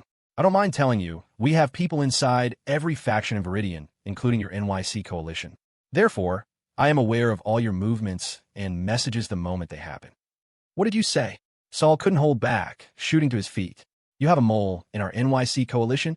TSK, don't be so dramatic, Leo said, looking at him with disapproval. He leaned back, the picture of confidence. I told you, it's not just you. I have moles in every faction in Viridian. I even have a man on Leo's team, so I am fully aware of his every move. Gideon, Saul, and Camille's faces turned grim. This news was a complete shock. Was the new century truly that terrifying? Gideon asked in a low voice. What is the new century's ultimate goal? What are you planning by planting moles in every faction? To this, Leo just smiled and offered 2 words. Take a guess. How the hell should I know what the new century wants? As for the moles, right now he was Sterling. If he said there were moles, there were moles. They'd never be able to find them anyway. Leo just wanted to make sure they'd be losing sleep at night. He. There's a new century mole in your organization. Aren't you scared? Can you still sleep at night? Leo knew he could. If he could wear down the other factions with paranoia while his team stayed rested, they'd have an advantage in any fight. And all it took was a few words. Right now, Leo was fully leveraging the Sterling persona, taking his role as a chaos agent to its absolute limit. In any case, that's not the point. The reason I came here was to tell you one thing. Leo's tone grew serious, and he lowered his voice. And that is, Leo Evans must not be touched. Leo must not be touched. The 3 leaders looked at him, confused. Why? Has the new century made a deal with him? No. To cooperate with me. Leo Evans is not yet worthy, Leo said, forcing the words out against his conscience. This felt weird. He continued. The reason I'm telling you not to move against him is to save your NYC coalition. If I'm not mistaken, Leland Vance asked you to hold back the Chow Dominion and the Umbra while he deals with Leo himself, correct? The 3 leaders frowned, but nodded slightly in confirmation. Heh. Leo laughed and shook his head mockingly. What if I told you that this is a trap that Leo and Leland have set for you, the NYC coalition? Would you believe me? Impossible, Saul said without hesitation. Everyone in Viridian knows about the animosity between Leo and the Meng cartel. It's reached an irreconcilable point. There is absolutely no way they would work together. Gideon and Camille nodded in agreement. Leo and Leland Vance working together? That was the most ridiculous thing they had ever heard. Hey there. You are all so incredibly foolish. Leo's blatant insult made their faces turn red with anger. But before they could respond, Leo continued. Think back carefully to everything that happened last night. Leo has a grudge against the Meng cartel, but that doesn't mean he has one against Leland Vance. Last night, when your NYC coalition declared neutrality, what was Leland's response? He didn't wait for an answer. He said, there is no neutrality in Viridian. Isn't the meaning of that obvious? Leo slowly stood up, his gaze intense. And have you forgotten that Leland once publicly offered to cooperate with Leo? Why would he do that in public? Why not approach Leo privately? Because he was putting on a show for all of you. He wanted you to believe that there was no possibility of cooperation between them. Only then would you let your guard down, allowing them to join forces at a critical moment and catch you completely by surprise. He sighed deeply, looking at the 3 of them with disappointment. Otherwise, why would he be in such a hurry to contact you the very next day? I don't mind telling you. If you go to the Chow Dominion tonight, you will be walking into a slaughter orchestrated by Leland Vance and Leo Evans.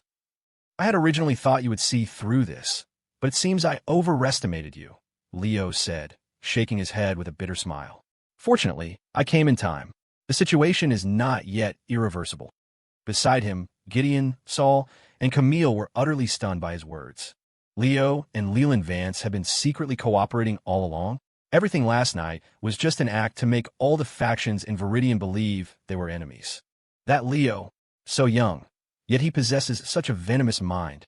Camille said, a trace of fear in her voice. If this is true, then tonight's operation is a complete and total trap aimed at us. Oomph.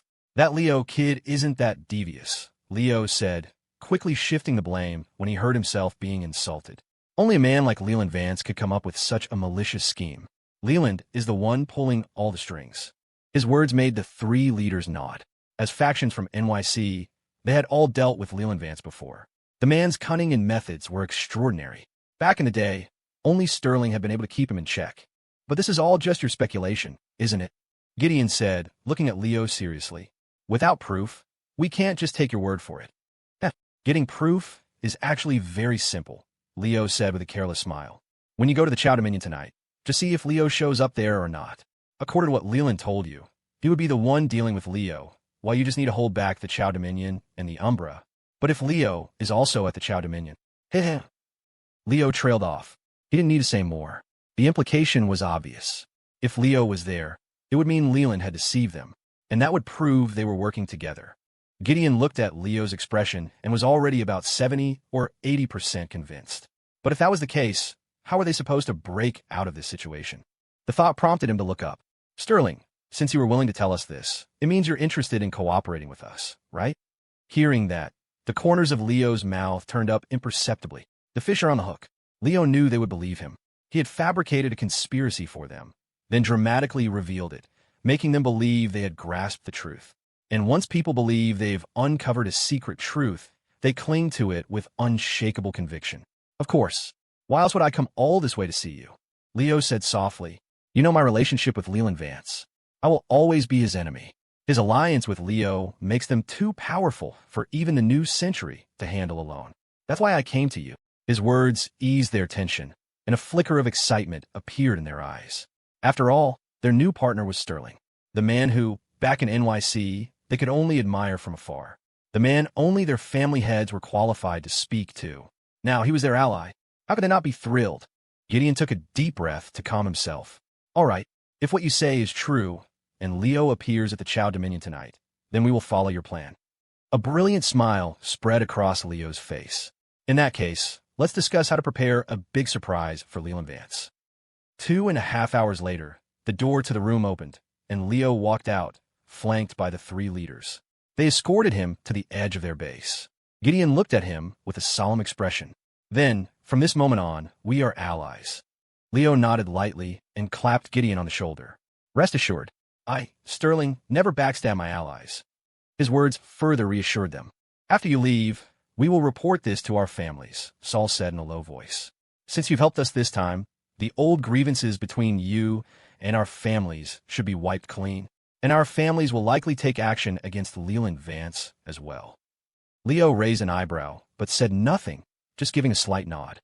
I'm afraid that after tonight, he thought, your grudge against Sterling will be eternal. But what did that have to do with him? Leo was just a simple, upstanding student. Leo didn't know anything. All right, gentlemen, this is far enough, Leo said, waving a hand. Everything for our alliance. The 3 leaders nodded solemnly. Everything for the alliance. Leo turned and left, declining their offer to have someone drive him back. Once he was out of their sight, Leo hailed an Uber and headed toward the city center. After confirming he wasn't being followed, he found a deserted alley and reverted to his original appearance. He pulled out his phone and made a call. Marco, come get me. After hanging up, Leo stretched contentedly. That performance had been exhausting. But damn, the Sterling identity was useful. He'd had a blast. Leland Vance, you bastard. You really wanted to come after me. I wasn't even planning to fight tonight. I wanted a night off. But since you insist on being unjust, don't blame me for being unrighteous. Hit. Leo rubbed his hands together, laughing like a cartoon villain, eagerly awaiting the night to fall. Meanwhile, inside the Meng cartel's headquarters, Leland Vance sat on the sofa, his voice low. Well, have you confirmed Leo's location? Time was too tight. We could only lock it down to a general area, Jasper Kane said with a frown. But that area only has a few villas. With some effort, we can find him. The NYC coalition just got back to me. Just as you predicted, their hatred for Leo runs deep. They've agreed to join us. Tonight, they will deploy 2/3 of their forces into Viridian to hold back the Chow Dominion and the Umbra for us. Leland nodded slowly, his eyes dark. Then all we have to do is wait for nightfall. Mr. Leo, aren't you supposed to be at the Chow Dominion? What are you doing out here? Marco asked from the driver's seat of the black sedan. Oh, nothing much, Leo said, looking out the window calmly. Just took a little trip to the NYC coalition's base. Screech. The car lurched to a sudden halt with a piercing squeal. Marco looked completely bewildered, turning around in his seat. And Mr. Leo, you went to the NYC coalition. Yeah, what's the big deal? Are they okay? Shouldn't you be asking if I'm okay? Leo said, exasperated. Just drive back to the villa. I'll explain everything when we get there. Marco obediently restarted the engine and headed for the villa. A short while later, they arrived. Leo was the first one through the door. He scanned the room and clapped his hands together. Everyone, get ready to move. Everyone. Are you insane? Ethan said, demanded from his spot on the couch, legs crossed. We just spent all night hauling our asses over here, and now we're moving again? Is your main business a moving company? Leo shot him the middle finger. You don't know shit. Ethan's expression soured, and a black throwing knife materialized in his hand. Say that again. I'll say it again. What are you going to do about it? Leo wasn't the least bit intimidated. One-on-one, I could beat the crap out of you with one hand tied behind my back. Ethan's mouth twitched, and he made the knife disappear. Then, he gave Leo a mocking look and mouthed 3 words without making a sound. $3 million. That $3 million stash of yours. I haven't told anyone about it yet. He then glanced over at Ava, his grin saying it all. If your precious Ava found out you were hiding $3 million from her. Leo understood him perfectly. His fists clenched at his sides. Ethan, yeah, you bastard. I thought you were my friend, and you used such a low, despicable method to threaten me. Fine. You just wait. Sooner or later, you'll pay for this. Apologize, Ethan said coolly. Sorry, my fault, Leo said, his tone neither humble nor arrogant. The others stared at him in disbelief. Did the word sorry actually just come out of his mouth? You're not Leo, are you? Are you an imposter? Or possessed? Leo ignored their stares. In this line of work, you needed either a thick wallet or thick skin to get by. Stop messing around and explain what's going on, Ava demanded, hands on her hips, looking at him irritably. Why are we moving again? She had just finished unpacking yesterday and had spent the day setting up her things. And now, the moment he gets back, he wants to move again. If he didn't have a good explanation, she was going to pin him down and beat him up. Well, here's the thing. Leo quickly explained the whole situation. 15 minutes later. So, we have to move into the Chow Dominion's headquarters before tonight, Leo concluded seriously. And we have to do it quietly without being seen. The moment he finished, the sound of furious typing came from Zara's corner. A moment later, she spoke. No suspicious individuals in the vicinity. If we leave now, we're clear. Leo gave her a thumbs up. That kind of efficiency deserved a raise. Ava sighed in resignation. It looked like they really did have to leave immediately. Moving again. Though she complained, she obediently went back to her room to start packing. And so, another chaotic moving session began. Ava, let me help you with your things. Leo offered, trying to get back in her good graces. Get away from me. I don't want to see you right now. Ava shooed him out of the room. Leo, my sniper rifle is missing. Did you hide it? Kane roared. What sniper rifle? Isn't that in your hand? This is your damn gun. Where's my new one? What's yours or mine? It all belongs to the team. I'm gonna kill you.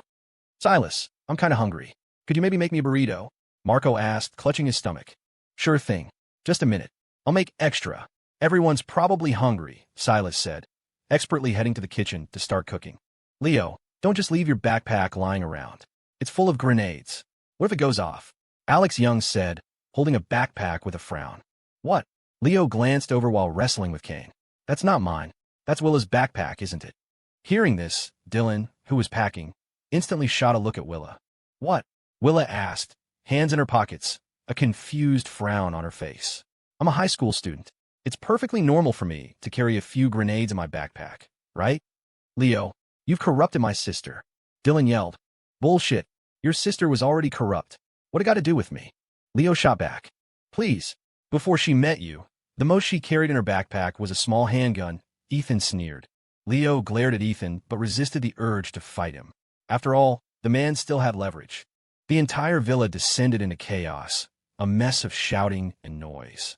Zara, seeing the familiar scene unfold, sighed deeply and put her headphones back on, blocking out the sound.